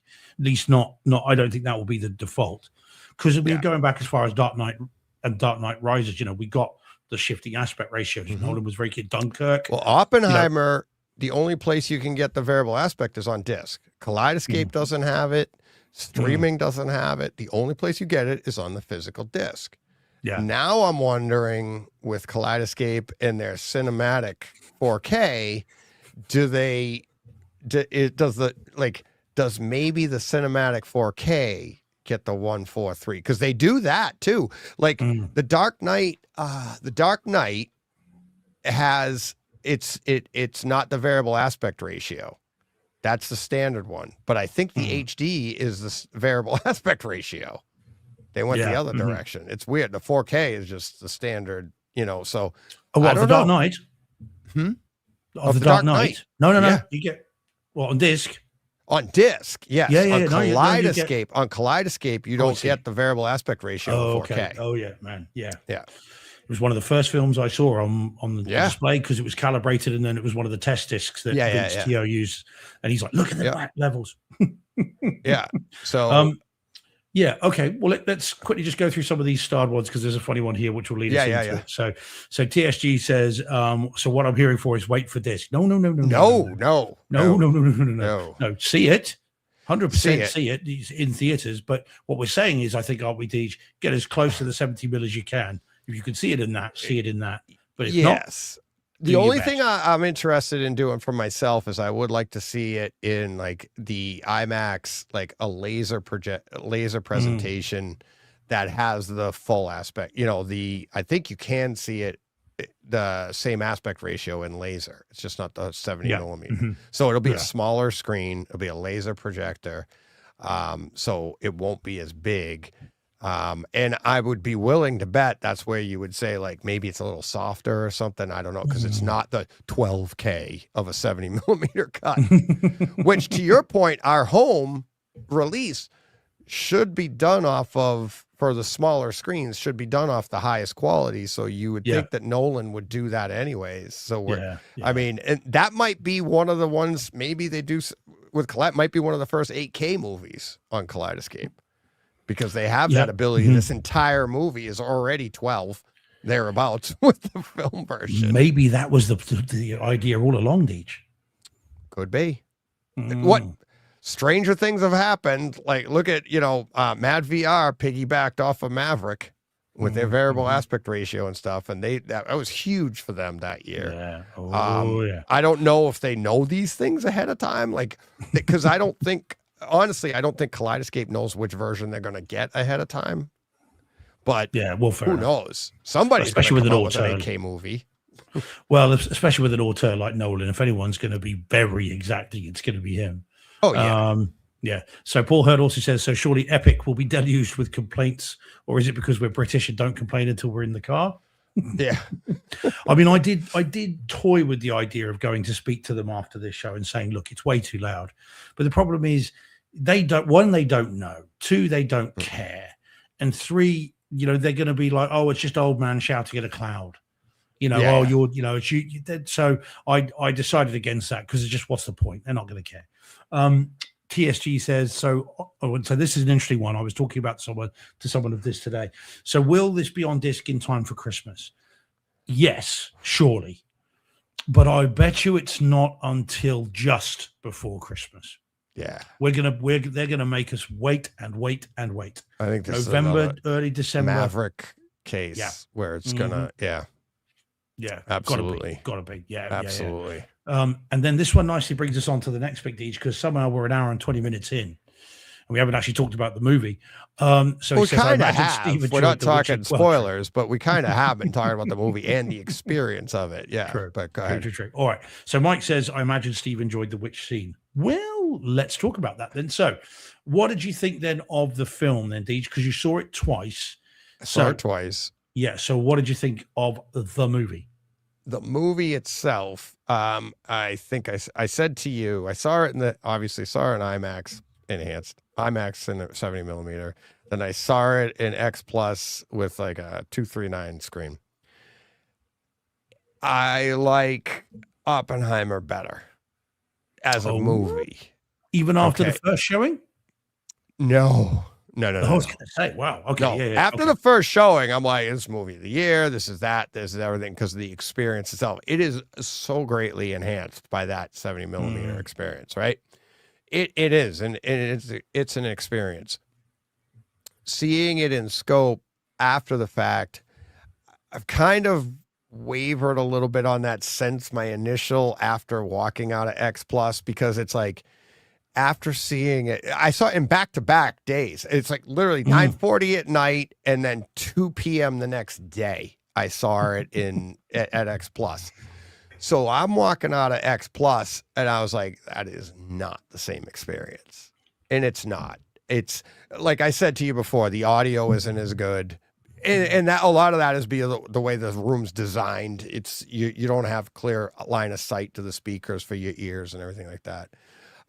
So that really lets you get into the movie itself, right? Yes. And I would say that I think if I saw it in reverse and I saw it at X Plus first, I'd still be coming out of there because of the way the pacing of the movie was still the same. It's like, I remember you look at your watch twice because the movie goes like this, and then it starts to come down a little bit and you go, oh my God, we got 2 hours left. Right when you say that, all of a sudden it wham, and you're like, all right, here we go.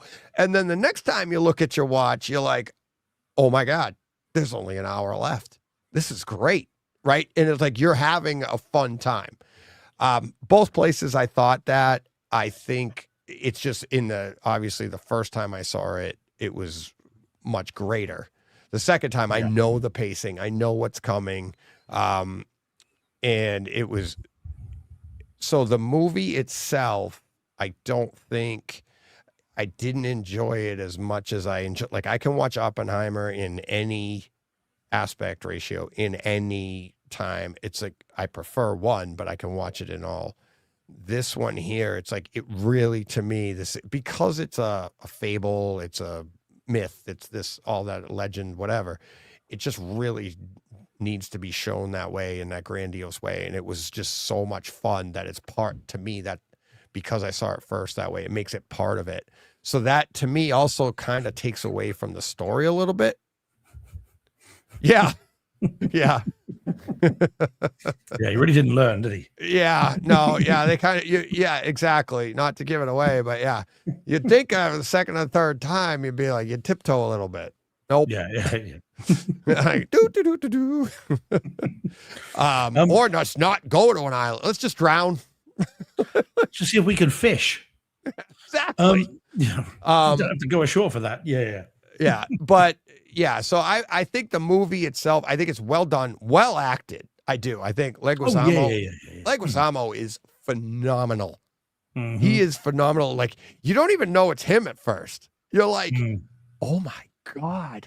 I'm like, did he? And then you see him afterwards, and he didn't age that much. Yeah, his makeup. Yeah. He looked awesome, and he played such a great role. Matt Damon was incredible. I just thought his throughout. Yeah, disappears into the role, doesn't he? It's really good. My God. Yeah. It's literally in disguise, right? It's like the way the movie plays. And I think Tom Holland too. I thought Tom Holland was. Yeah. He's a little bit whiny teenager on occasions. But I think he's supposed to be. Yeah. Well, yeah, true. Right. True. You know. Okay. Yeah. So it's like he's supposed to be that whiny, ignorant, like he doesn't know what he doesn't know. And he thinks he can do it, and he gets kind of put in his place. And it's like, I'm going to take care of this. He doesn't know, I thought, I mean, again, that goes to the writing. I thought the writing was well done, the way they placed it out, for this story. Yeah. Anne Hathaway was awesome. I thought it was, the age that she showed throughout this movie. I thought she looked great. I thought she acted great. She seemed powerful, but yet reserved, and it, like the way she was playing the role, like in mourning type thing. I thought was awesome. And what's his name? Batman was awesome too. Robert Pattinson. Yeah. I thought he was, for him, like appropriately scumbaggy. Yeah. So good. Almost like overacted it, but well done. Yeah, but supposed to be. It's that sort of moustache twirling bad guy, isn't it? Just no redeeming features. Yes. Yeah. Okay. Yeah. I mean, actually Elliot Page too. For all the talk, all the BS of people getting upset. Achilles said they were wrong. Everybody's wrong. Like they say, all that crap anytime it's all based in ignorance, right? Mm-hmm. He was awesome. He was awesome. It was like played and the also role not Achilles. Perfect. I also heard one thing. It's not even a character from the story. It was added, like Nolan really? added. That's what I heard. I'm not sure if that's true or not. I thought they did leave someone behind maybe, to try and convince the Trojans. I don't know if it was that name or whatever. But whatever it was, perfectly cast. Yeah, because it was a young kid. Played the role perfectly, looked great in both scenes of what he was supposed to look like. When you first see him by the horse, and then later on, and the way they played it, and then the voice and the act, I thought was awesome. Everything. I thought John Barenthal was awesome. Not in it for very long. But but I thought he was great. I thought he was great, and it was like, it kept you going through the movie. It's like all of these. It almost felt like there was one part I almost thought we had, like, because we had Catwoman, Spider-Man, Punisher. I almost thought we had the Hulk because I thought I saw Eric Bana in there. No, that's Troy. No. I know he's in Troy, but I thought like when Tom Holland first shows up to meet John Bernthal, right? When he gets escorted in, I thought the person that escorted him in was Eric Bana. Okay. Take a look at it next time you see it, and you'll see who I'm talking about. It looks just like it might be him, uncredited or something, but he didn't show up in the credits, even uncredited. But it looks just like him. I've seen it twice, and I was like, I swear that was him. But yeah. Don't make him angry, Telemachus. Don't make him angry. Yeah. Okay. So a little lukewarm on it second time round.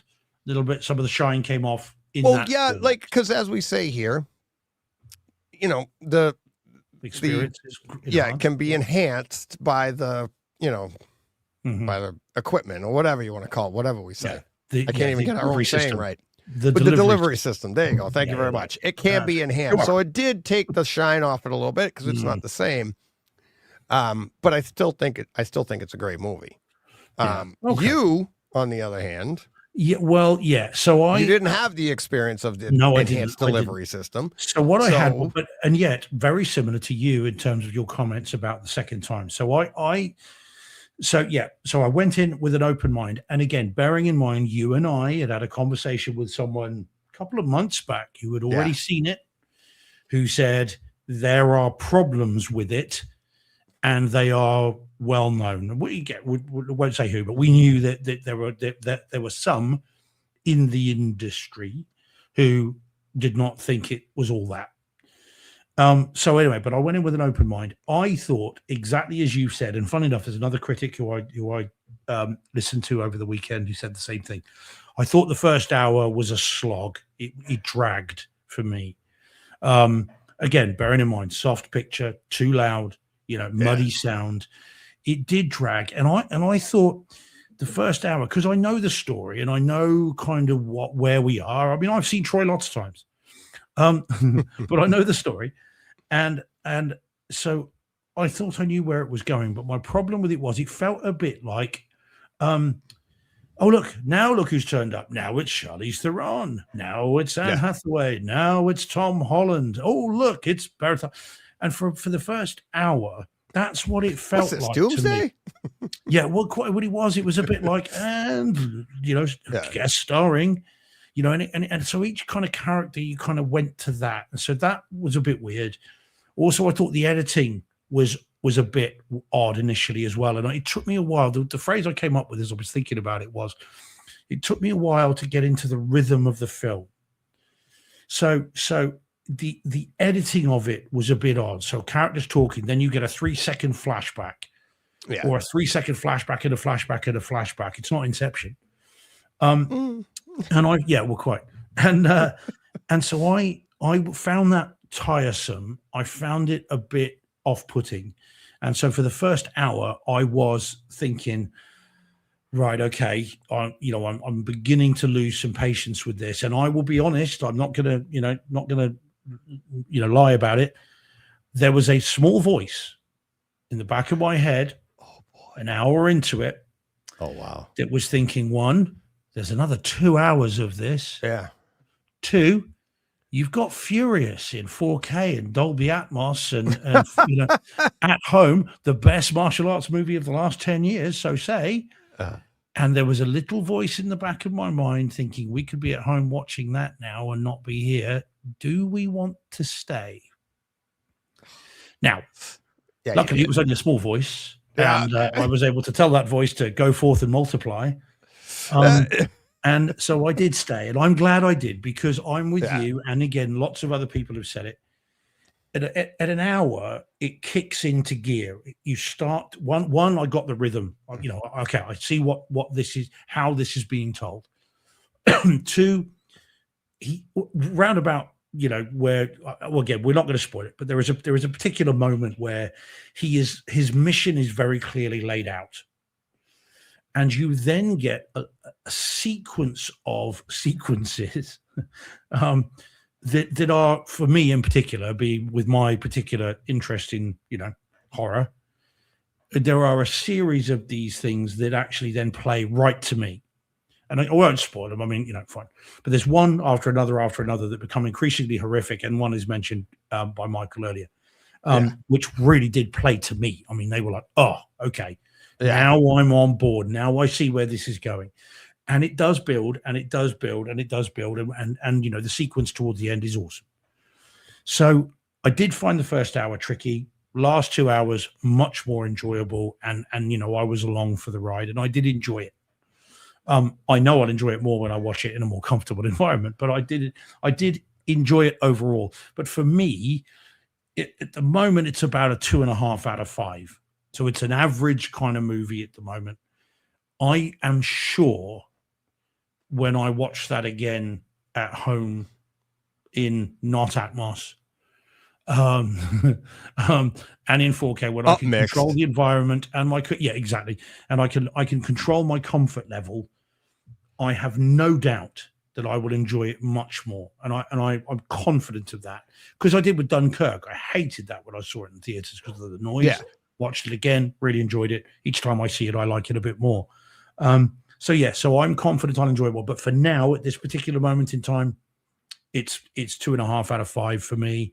Yeah. And I'm, and that's where it's going to be. And again, that's another reason why I won't rush back to see it. Now, having said that, a friend of mine today, someone who, is one of my best friends, I know him very, very well. He saw it in a theater worse than the one I saw it in.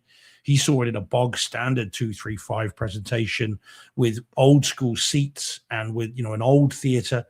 And he loved it. He was like, one of the best films I've seen. He absolutely blown away by it. So, in his case, the delivery system didn't enhance it, as it were. Well, in a way, but we're our own worst enemies, right? Because we know what quality is, right? Like a doctor is the worst patient, right? It's like a chef is the worst person to go out to eat with. This is horrible. It's great to me. It's like clients. Yeah.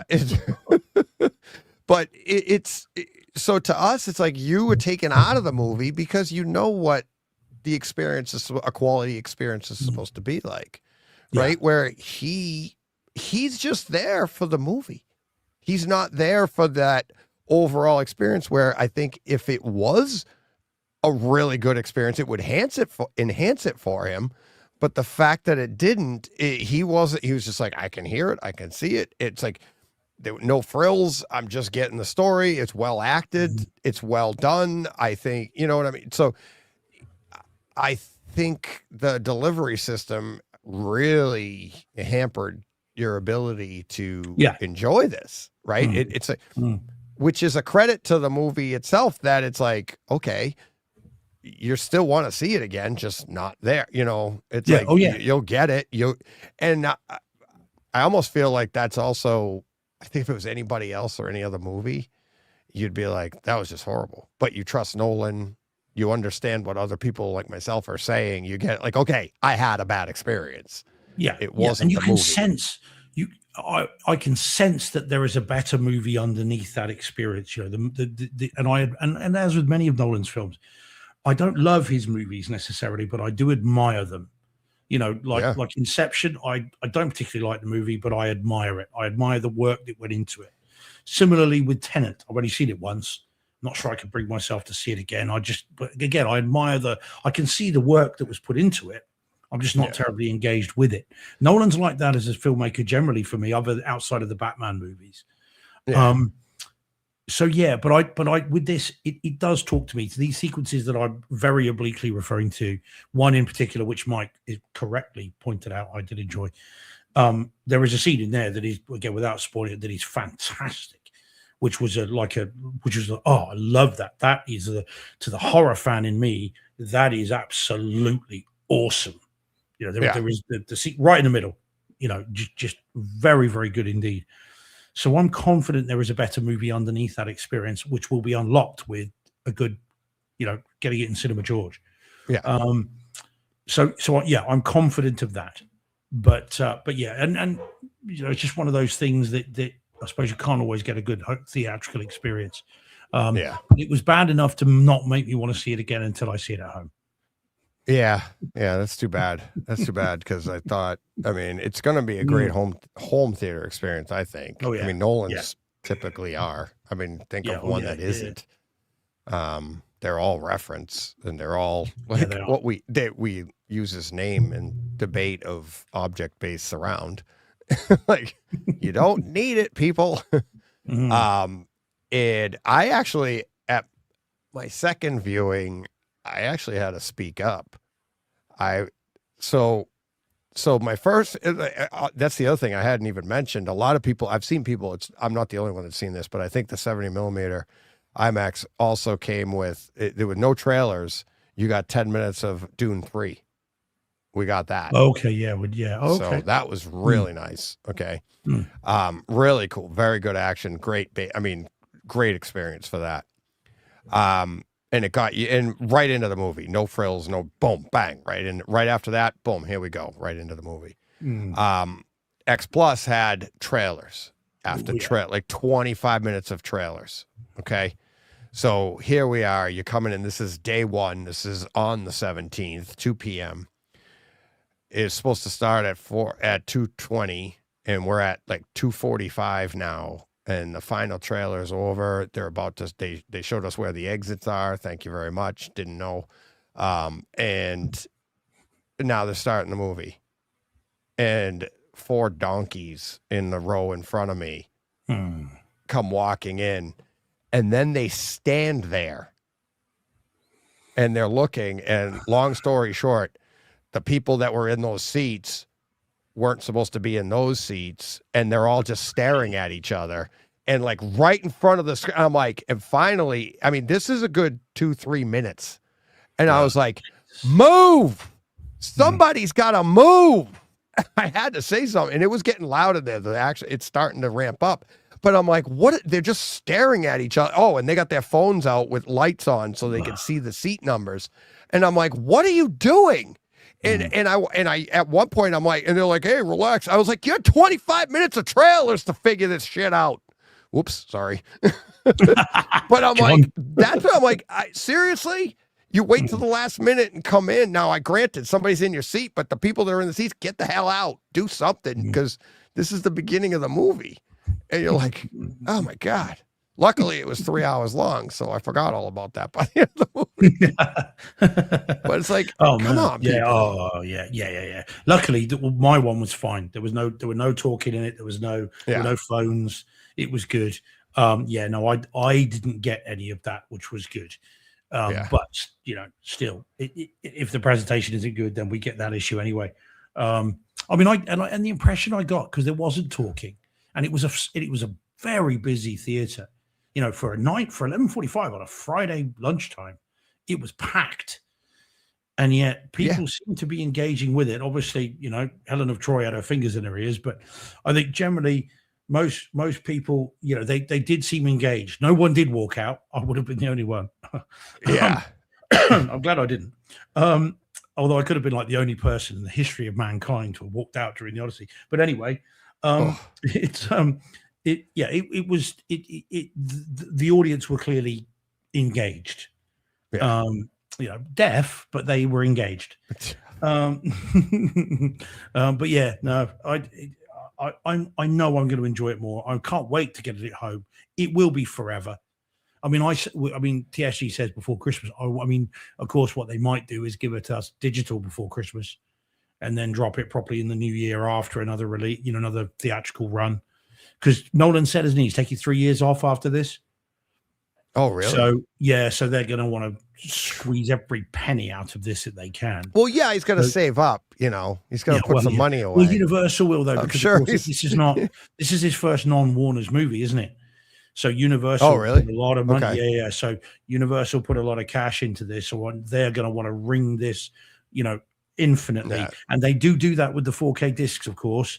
They release it on Blu-ray disc, make you wait a year, then release the 4K. They did it with Cocaine Bear. They've done it with multiple other jobs. It's a little bigger than Cocaine Bear. Yeah, no, I know, but they do. It's going out on a limb. Happy to make you wait. I mean, hopefully they won't, all right? But they might do. I mean, Nolan is a big 4K disc fan, so hopefully they won't. Yeah, he's a big promoter of physical media. Yeah, he loves it. Yeah. He watches movies preserved. Yeah, than the and best specifically part, talks about 4K discs rather than Blu-ray. So, yeah. But there we go. So Mike just says, Steve, did you own Furious on 4K? Only the digital version, Mike. Yeah, it's not out here yet physically, although it's coming. But more about that tomorrow night, Mike. Tomorrow night. Yeah. Tomorrow night. Tune in. Yep. All right. Tomorrow night. And we got prepare plenty for on excitement. Oh, yes, there will be. But yeah, so okay. So can I ask you this then, Deej? Sure. Does this make you more or less likely to want to see Troy again? In 4K. Yeah, with Sean Bean as Odysseus, with obviously Brad Pitt as Achilles, with Agamemnon played by Brian Cox. Talk about a change. And Helen of Troy as Diane Kruger. And the reason I say is because it's coming out here mid-August. The director's cut, which is 196 minutes long. There's an extra 30 minutes in it. Yeah. And it has and so it's not in Atmos, it's DTS HD, but 4K HDR, the full works. Is it Arrow? I think it's Arrow. Well, it makes sense, doesn't it? It is Troy. Lots of arrows. Yeah.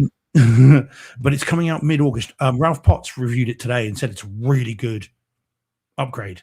And now, cool. Personally, I can't wait.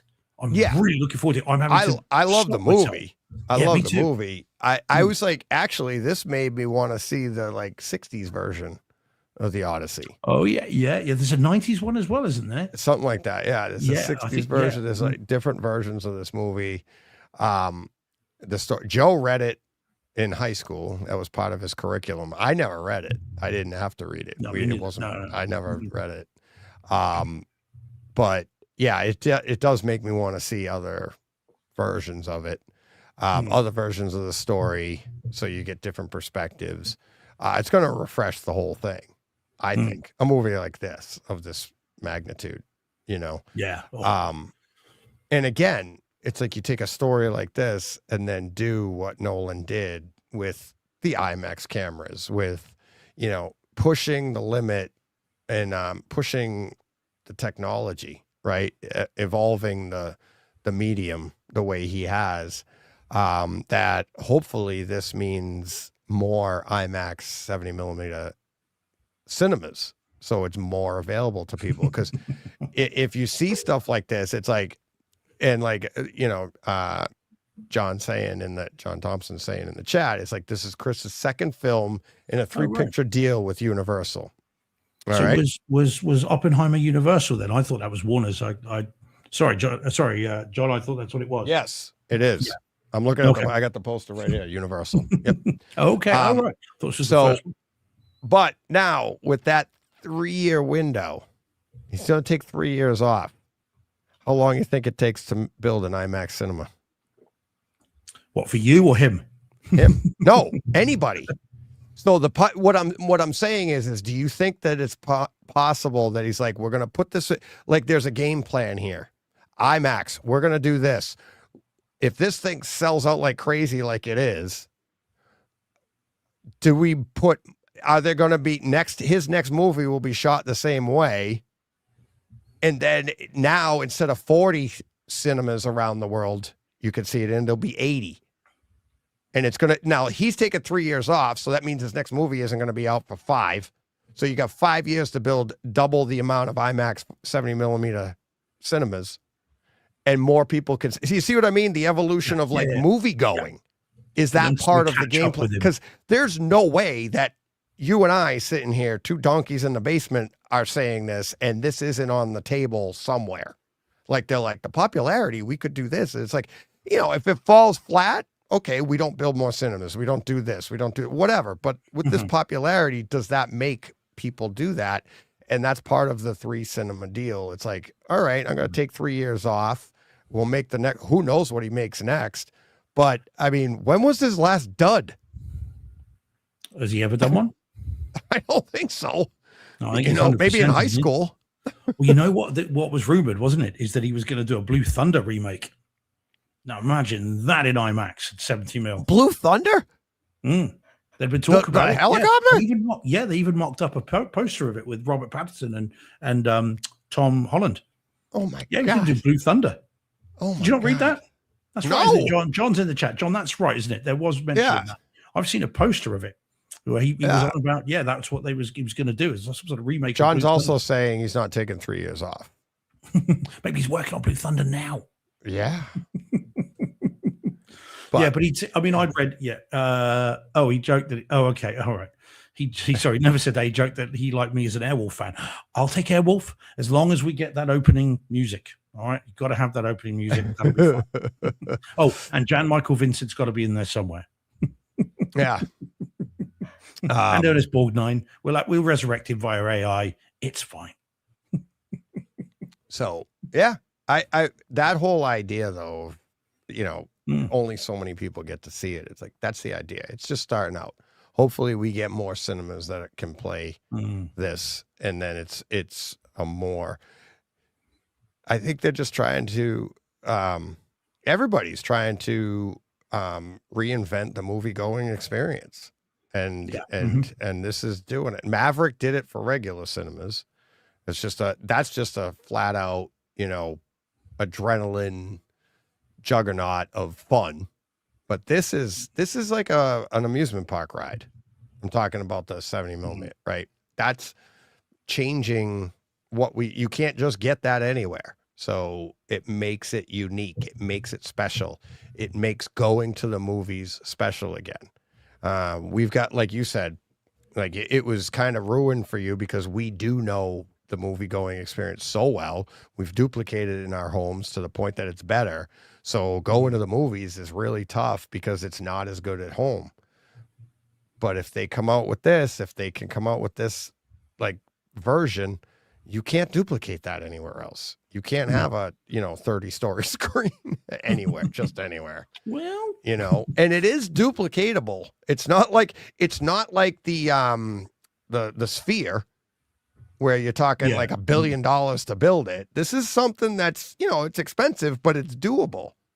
Right. And if the right amount if there's enough movies to support it, why not? So 2242. What's that? What's 22.4? I'm not sure what that one, but he says, just so you know, is coming out. Second week in November, just been looking at the artwork.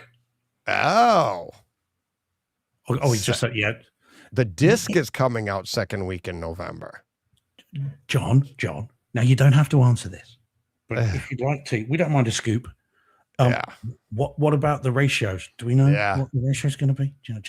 Just tell us. No one else is watching. You'll be all right. If not, just text us. Yeah, exactly. And and whatever John tells us, you'll know. Here's a little secret: we'll be shooting that in the next episode of Bryce. I was actually going to try to shoot this one in 1:43. See if I can crop the screen. I'm sure I can't. All I got to do is crop it and set the thing. I know. Yeah, I know. Yeah, nothing. Right, John. Okie dokie. I'll get a text if I haven't already. I haven't looked. Yeah, send it to me. So, but yeah, man. Well, that okay. No. Second week of November. That's interesting. I'm surprised it's that soon. That must. But then, you know what that means, Teach? Streaming even earlier. And Kaleidoscape can't be far off there. September, October. Not far away. Yeah, late September, October. So see, I think I'd probably buy the digital of this when it drops so that I can at least watch it before the disc drops. I thought of this earlier. I don't know if this will happen. If you remember back Maverick, when that came out, it didn't come out until same time frame, right? Maverick came out earlier. Maverick, I think, was in June. It came out in June. We didn't get it till like October, did we? November. We got it in November. In November, was it? Oh, wow. Yeah. But we got it on streaming in August. Yeah. Right. But they kept it from the physical release till November. But one of the reasons I think we got the stream was because at that time it was Mad VR. The Kaleidoscape had that, so it could go onto the Kaleidoscape. It could do this, we could do that. So it like kind of helped the industry as a whole. Do they do the same thing with this? Does it drop in August before Cedia? so that they can play clips of this at Cedia to promote the medium. Right? I don't know. That they did that, like they did it. I don't know if the studios do that on purpose, if they did that with Maverick on purpose to help Kaleidoscape, to help Mad VR, to help this, to help the whole entire industry, you know. And it's like, does it work like that? Put it out on stream. It's ready for Cedia. You can use it as an example. They can show, like, here's the aspect, whatever they're going to do. They could do something like that. Who knows? I don't know. Can we get you trapped in a demo room again, Deej, so we can see the demo ourselves? Most assuredly. Me and Paul. Paul will be with me, remember? Yeah, Paul F. Yeah, yep. Exactly. Yeah. Man. Well, yeah. Okay. Well, there we go. Look at that. We've got a sort of scoop. So that'll be interesting. That's, I mean, and that's the sign of a good movie. We can't wait. We're like, when is it coming out? When can we see this at home? When can I get this at home? I can't get enough of it. Yeah. Well, I can get enough of it theatrically. I won't be able to get enough of it at home, I'm sure. I actually want to see it. Joe and I are definitely going to see it again in 70 millimeter. Probably won't be for 3 4 weeks. Definitely want to do that one more time. And then I do want to try to see it in an IMAX laser with the like IMAX ratio. See what that's like. Not the scope, but see it. Yeah. See what that is like, and see what the audio is like. I will wait for disc. I definitely am going to wait, but or streaming, whatever. But yeah, but yeah, as you say, it is the mark for a good film that we do want to see it. But as I said, man, I'm jonesing for Troy as well, the director's cut in particular. Because I just, yes, please. I really Who's putting that out? Is it studio or is it Arrow? I think it's Arrow. I think it is. Yeah, but what's cool about that though is it's not just your director's cut on the Blu-ray and then you get your 4K as the theatrical. They're two separate 4K discs. So you've got your director's cut, 196 minutes, and then you've got your theatrical. But Ralph Potts, who in Ralph We Trust, was very, very pleased with it.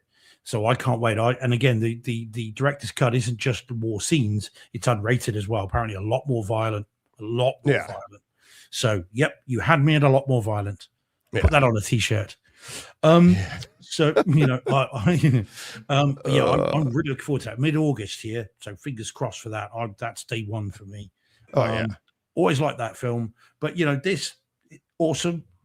Bring it on. Can't wait. Yeah, I'm trying to think. I'm looking at my notes, see if we missed anything. It's just, I like to trust others as you would be treated. And then I never knew that part though, like, because we've been saying that forever, but I didn't know that because they could be a god in disguise. I thought that was pretty cool. Yeah, I've read that somewhere. I've never read the Odyssey, but I had read that was the purpose of, I've read things about people in disguise, gods in disguise, and then playing tricks on others. Yeah. I think there's a bit of it in Clash of the Titans, actually. There is a bit of that. By the way, this is one thing I would say about this. This definitely owes a debt to Ray Harryhausen and to Clash of the Titans, Jason and the Argonauts, Sinbad and the Eye of the Tiger. There are all kinds of echoes in the mounting of this film. The story, of course. I mean, they're all based on this story. But there's an Eye of a Tiger in there too. There is. But the mounting of the story on this, the way it's shot and filmed, definitely owes something to those as well. I really liked that about it. I liked that it evoked that time because we were kids when these were all out and we all loved those. And I did like that. There were whole sequences in this that felt to me like they just stepped straight out of those movies. And that is one of the things I liked about it more than anything else, really, other than the horror elements, which I thought were great. But I did feel that Saturday afternoon matinee kind of feel at times. Yeah. In the story, do you know if Odysseus was always the way Damon played him, like doubting the gods?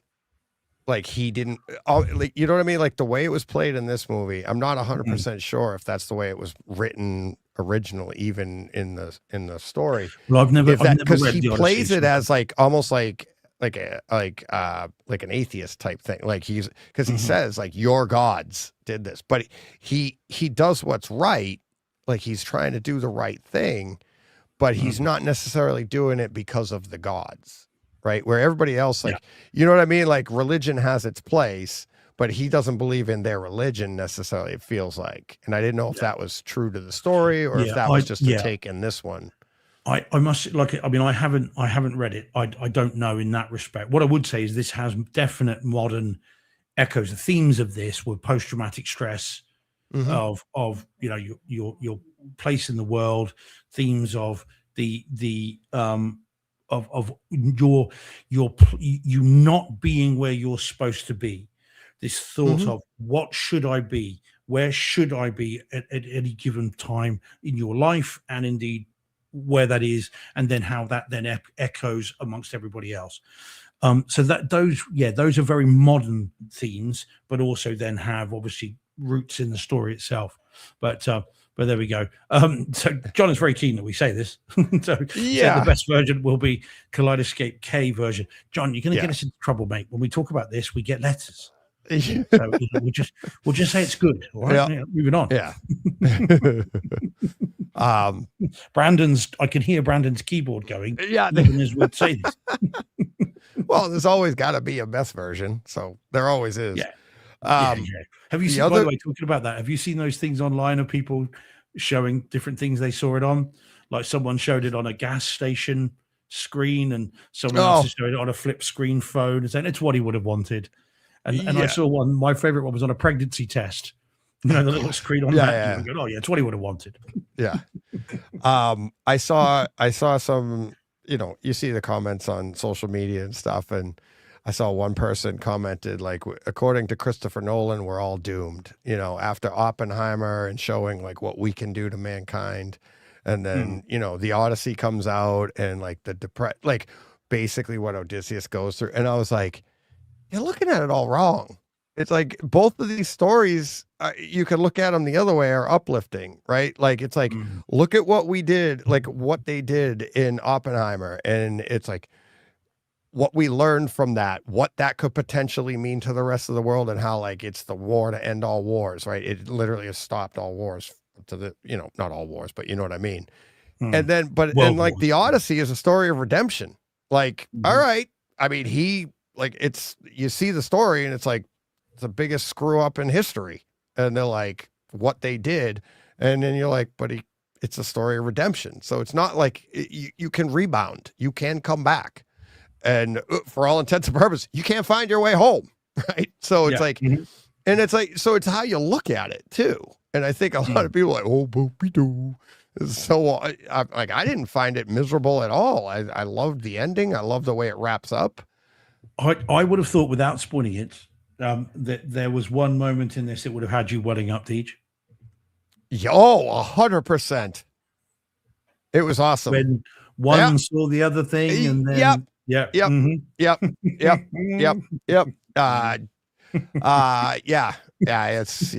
was awesome. That was actually, I welled up less at the one you're talking about, but there were a few more, and there was one in particular that I was like, that's a sniveling thing when they Robert Pattinson. I was like, lucky he wasn't. Batman. He's lucky he wasn't at the theater signing autographs. How dare you? Yeah, who knocked him out? Was it the Joker? Well, it was that Joker. Yeah, I was like, what the? Yeah, I was like, oh, that, and that, like the scene before that, Robert Pattinson, I was like, oh, John Leguizamo yells across the room. There's no spoilers here, but you'll see it when you see it. And I was like, oh God, no, don't. Awful, but great. He plays a good villain, doesn't he, Pattinson? He's actually so good. He's very good. I think he gets a rough shot. I mean, I never saw any of the Twilight movies, so I don't know anything about those. I saw them all. I know you did. I know your opening night in Boston. But I with Meg, wasn't it? But I've never seen any of those. So to me, I didn't know much about him. And again, in Batman, to me, he was a relatively unknown quantity. He's great as Batman, but he's very, very good in this as a sniveling so-and-so. He was very, very good in this. And you got a real flavor of it from the trailer, but in the movie itself, you really do see what he's capable of. And Yeah, Aztec says this film also showcased what Nolan can do. If he made a horror film, there were elements and sequences that were actually terrifying, and there were. So good. Great job of like some jump scares for sure. Like absolute, like. Oh yeah, okay, yeah. No, I know. Yeah. Mm-hmm. One of the things that preface the jump scare actually plays behind me in the trailer over here. Mm-hmm. That you see. So like the pacing did well, whereas in horror movies, it's kind of like, you bring the sound down, you do this to get a jump scare. You're not expecting it here because it's not a horror movie, but there are sequences where you're like, it's bad. There are just some Cronenbergian body horror stuff in this that is just awesome. I mean, that, like I said, whatever else I was thinking at that point, I'm like, all right, okay, you had me at body horror. Put that on a t-shirt. So yeah, we're gonna have a whole load of these things. I thought that sequence was worth seeing the movie on its own. Like, all the stuff led up to it. Yeah. Okay. Everything that came after it, if it wasn't good, it is. But if it wasn't, that's fine. It's worth seeing for that vignette. That bit is just so evocative, so visually arresting. Can I tell you one thing I didn't? There were fleeting moments, but a few moments of something I didn't like. Okay. Matt Damon's skill with a bow. Boom. That was cool. I will tell you that in the IMAX with the 6 channel, that with the boom, that was amazing. At X Plus, not even close. Not even close, audio wise. That will be an at interesting home. It will theater, be awesome. Yes, I think at home with all channels with your base LFE, that because it didn't have the LFE at X Plus. There weren't. It was like it was more of a, and you're like, huh? What the heck was that? Pew, pew. I was like, what is it? A broken harp? What is he doing? It was like, but the way it resonated at IMAX, it was like boom. It like supernatural, right? It didn't it was really, really cool. But the scenes where he was firing away, he might as well have been playing a 6 string. He was like, it was a bit Legolas, wasn't it? No, not even like that's the thing is he did a great job of it in not Game of Thrones, Lord of the Rings. Lord of the Rings. He was really like his sights were right. It's like the way Damon was doing it, like sometimes he'd reach back and he'd do it right.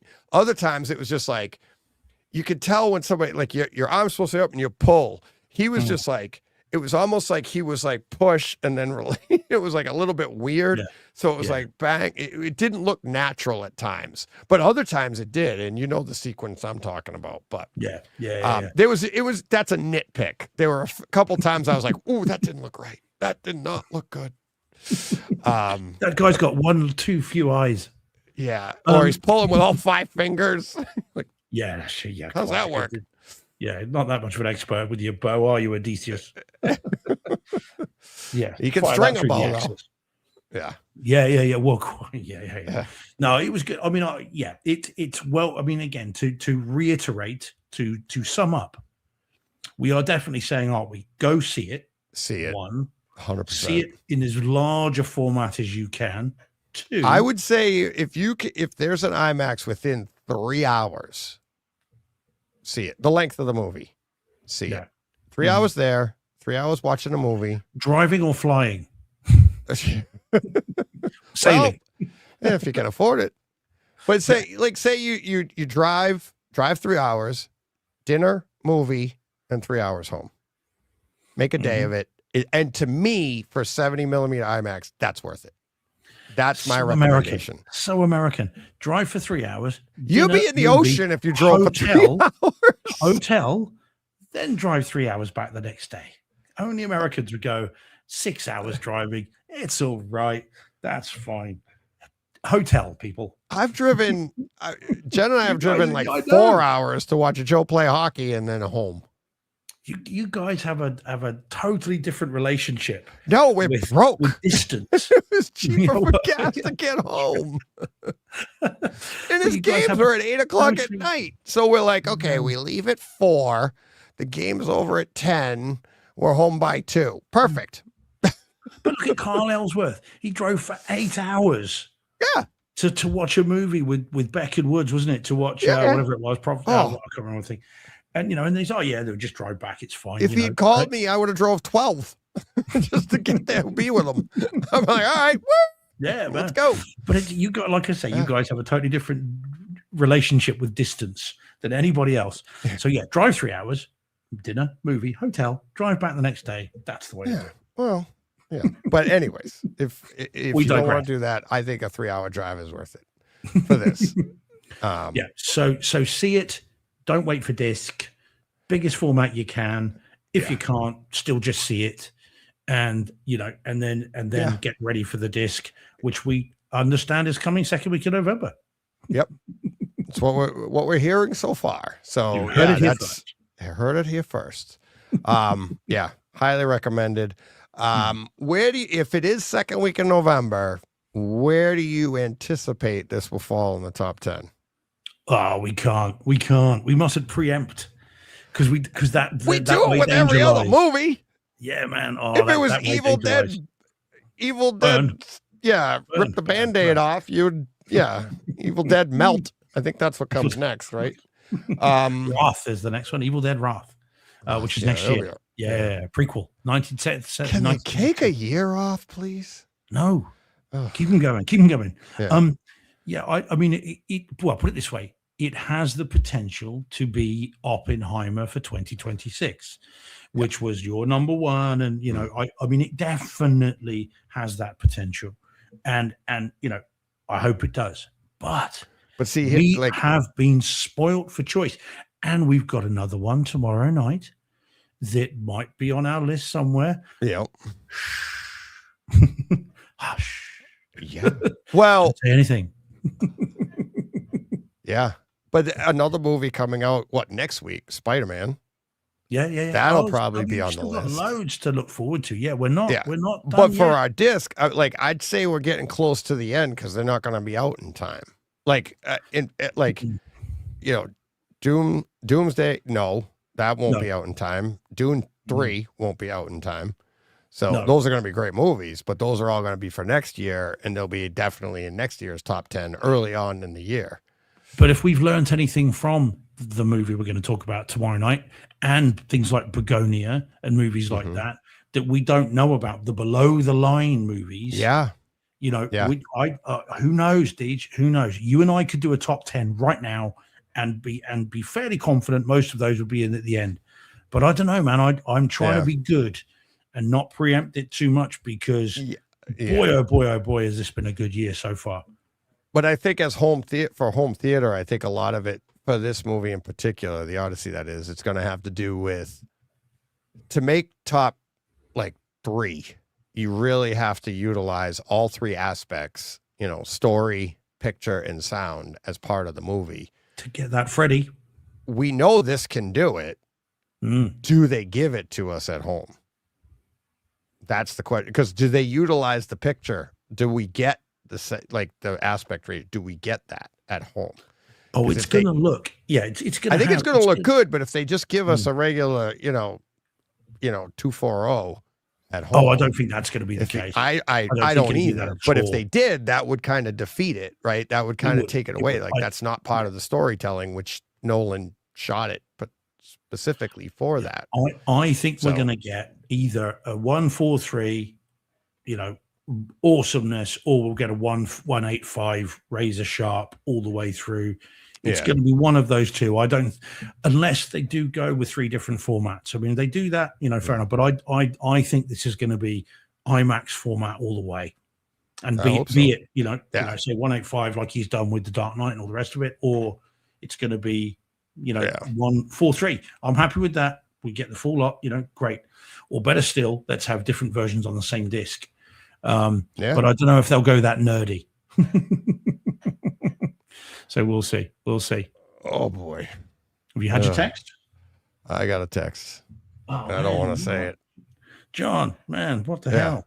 I haven't had one. What? Yeah, I got one. Favorites now. I won't say it. It's behind it. Yeah. It's not bad. It's not bad. No, I'm sure. It's not as good as I'd like, but it's not bad. So I'll just lay it at that. But the fact that the fact that it's a text, I don't want to announce. Oh yeah, we got to be careful. So, but I mean, we're gonna have a good time regardless with it, and it's so good. But this has been fun, man. I like this. We need to do this for big movies. This is definitely great. Which one you want to do for next? Spider-Man? Evil Dead Burn. No. We already did that one. It's gotta be one that we see and we love.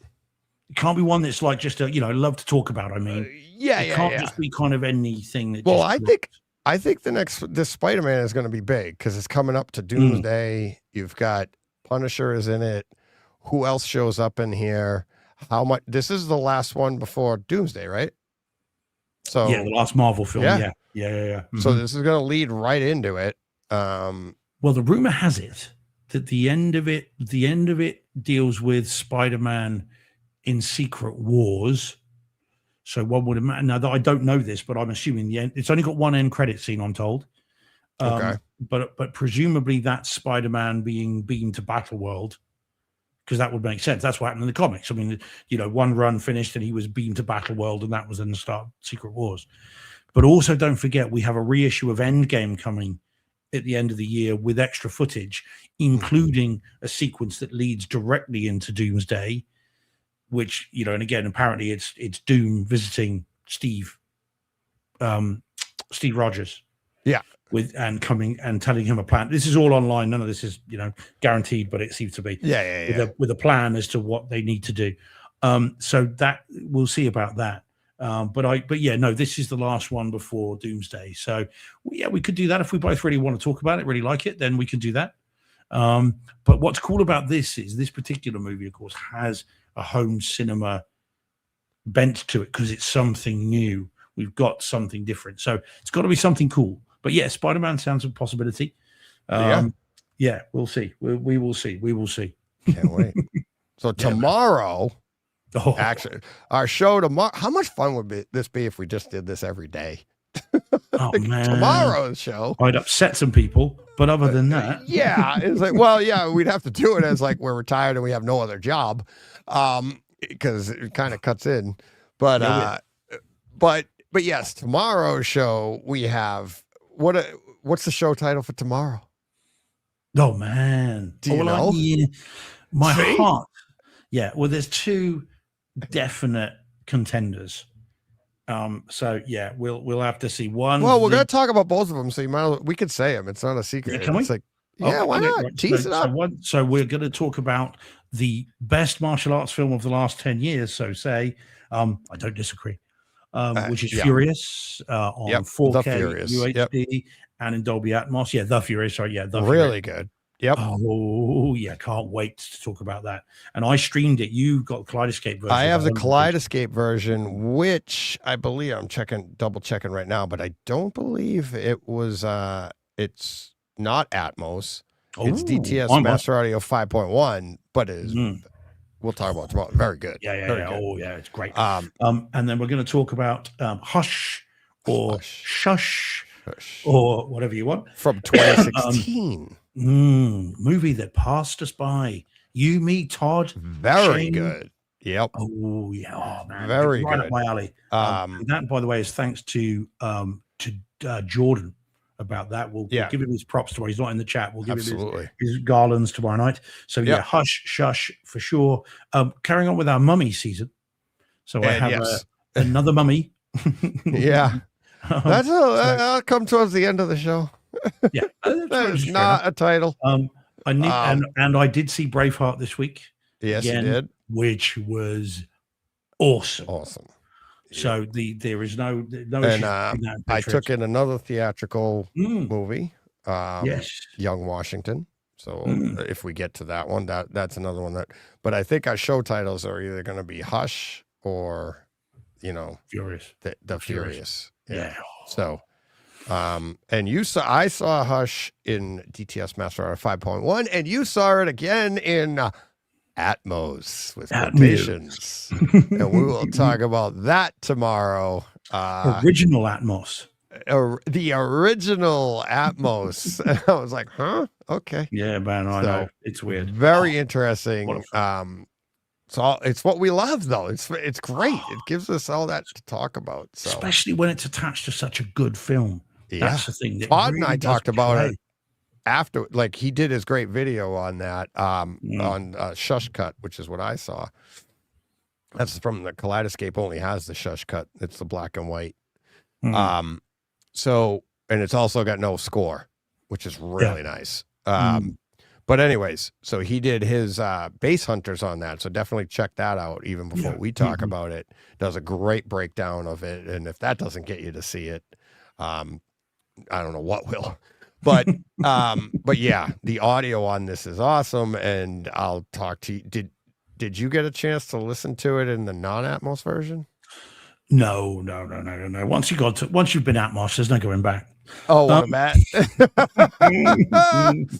Oh, man. All right. We'll talk about that tomorrow. Yeah, we will. Oh, yeah. But all right. Yeah. We got to get out of here. The special edition's gone long.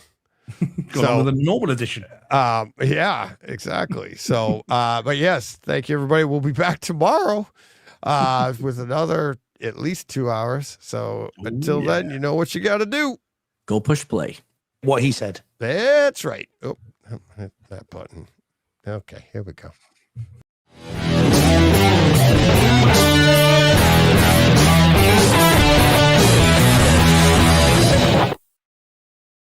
Hey, Fred. This has been a Hey Fred production with theme music by Jeff Bernhardt and Throne Vault Productions.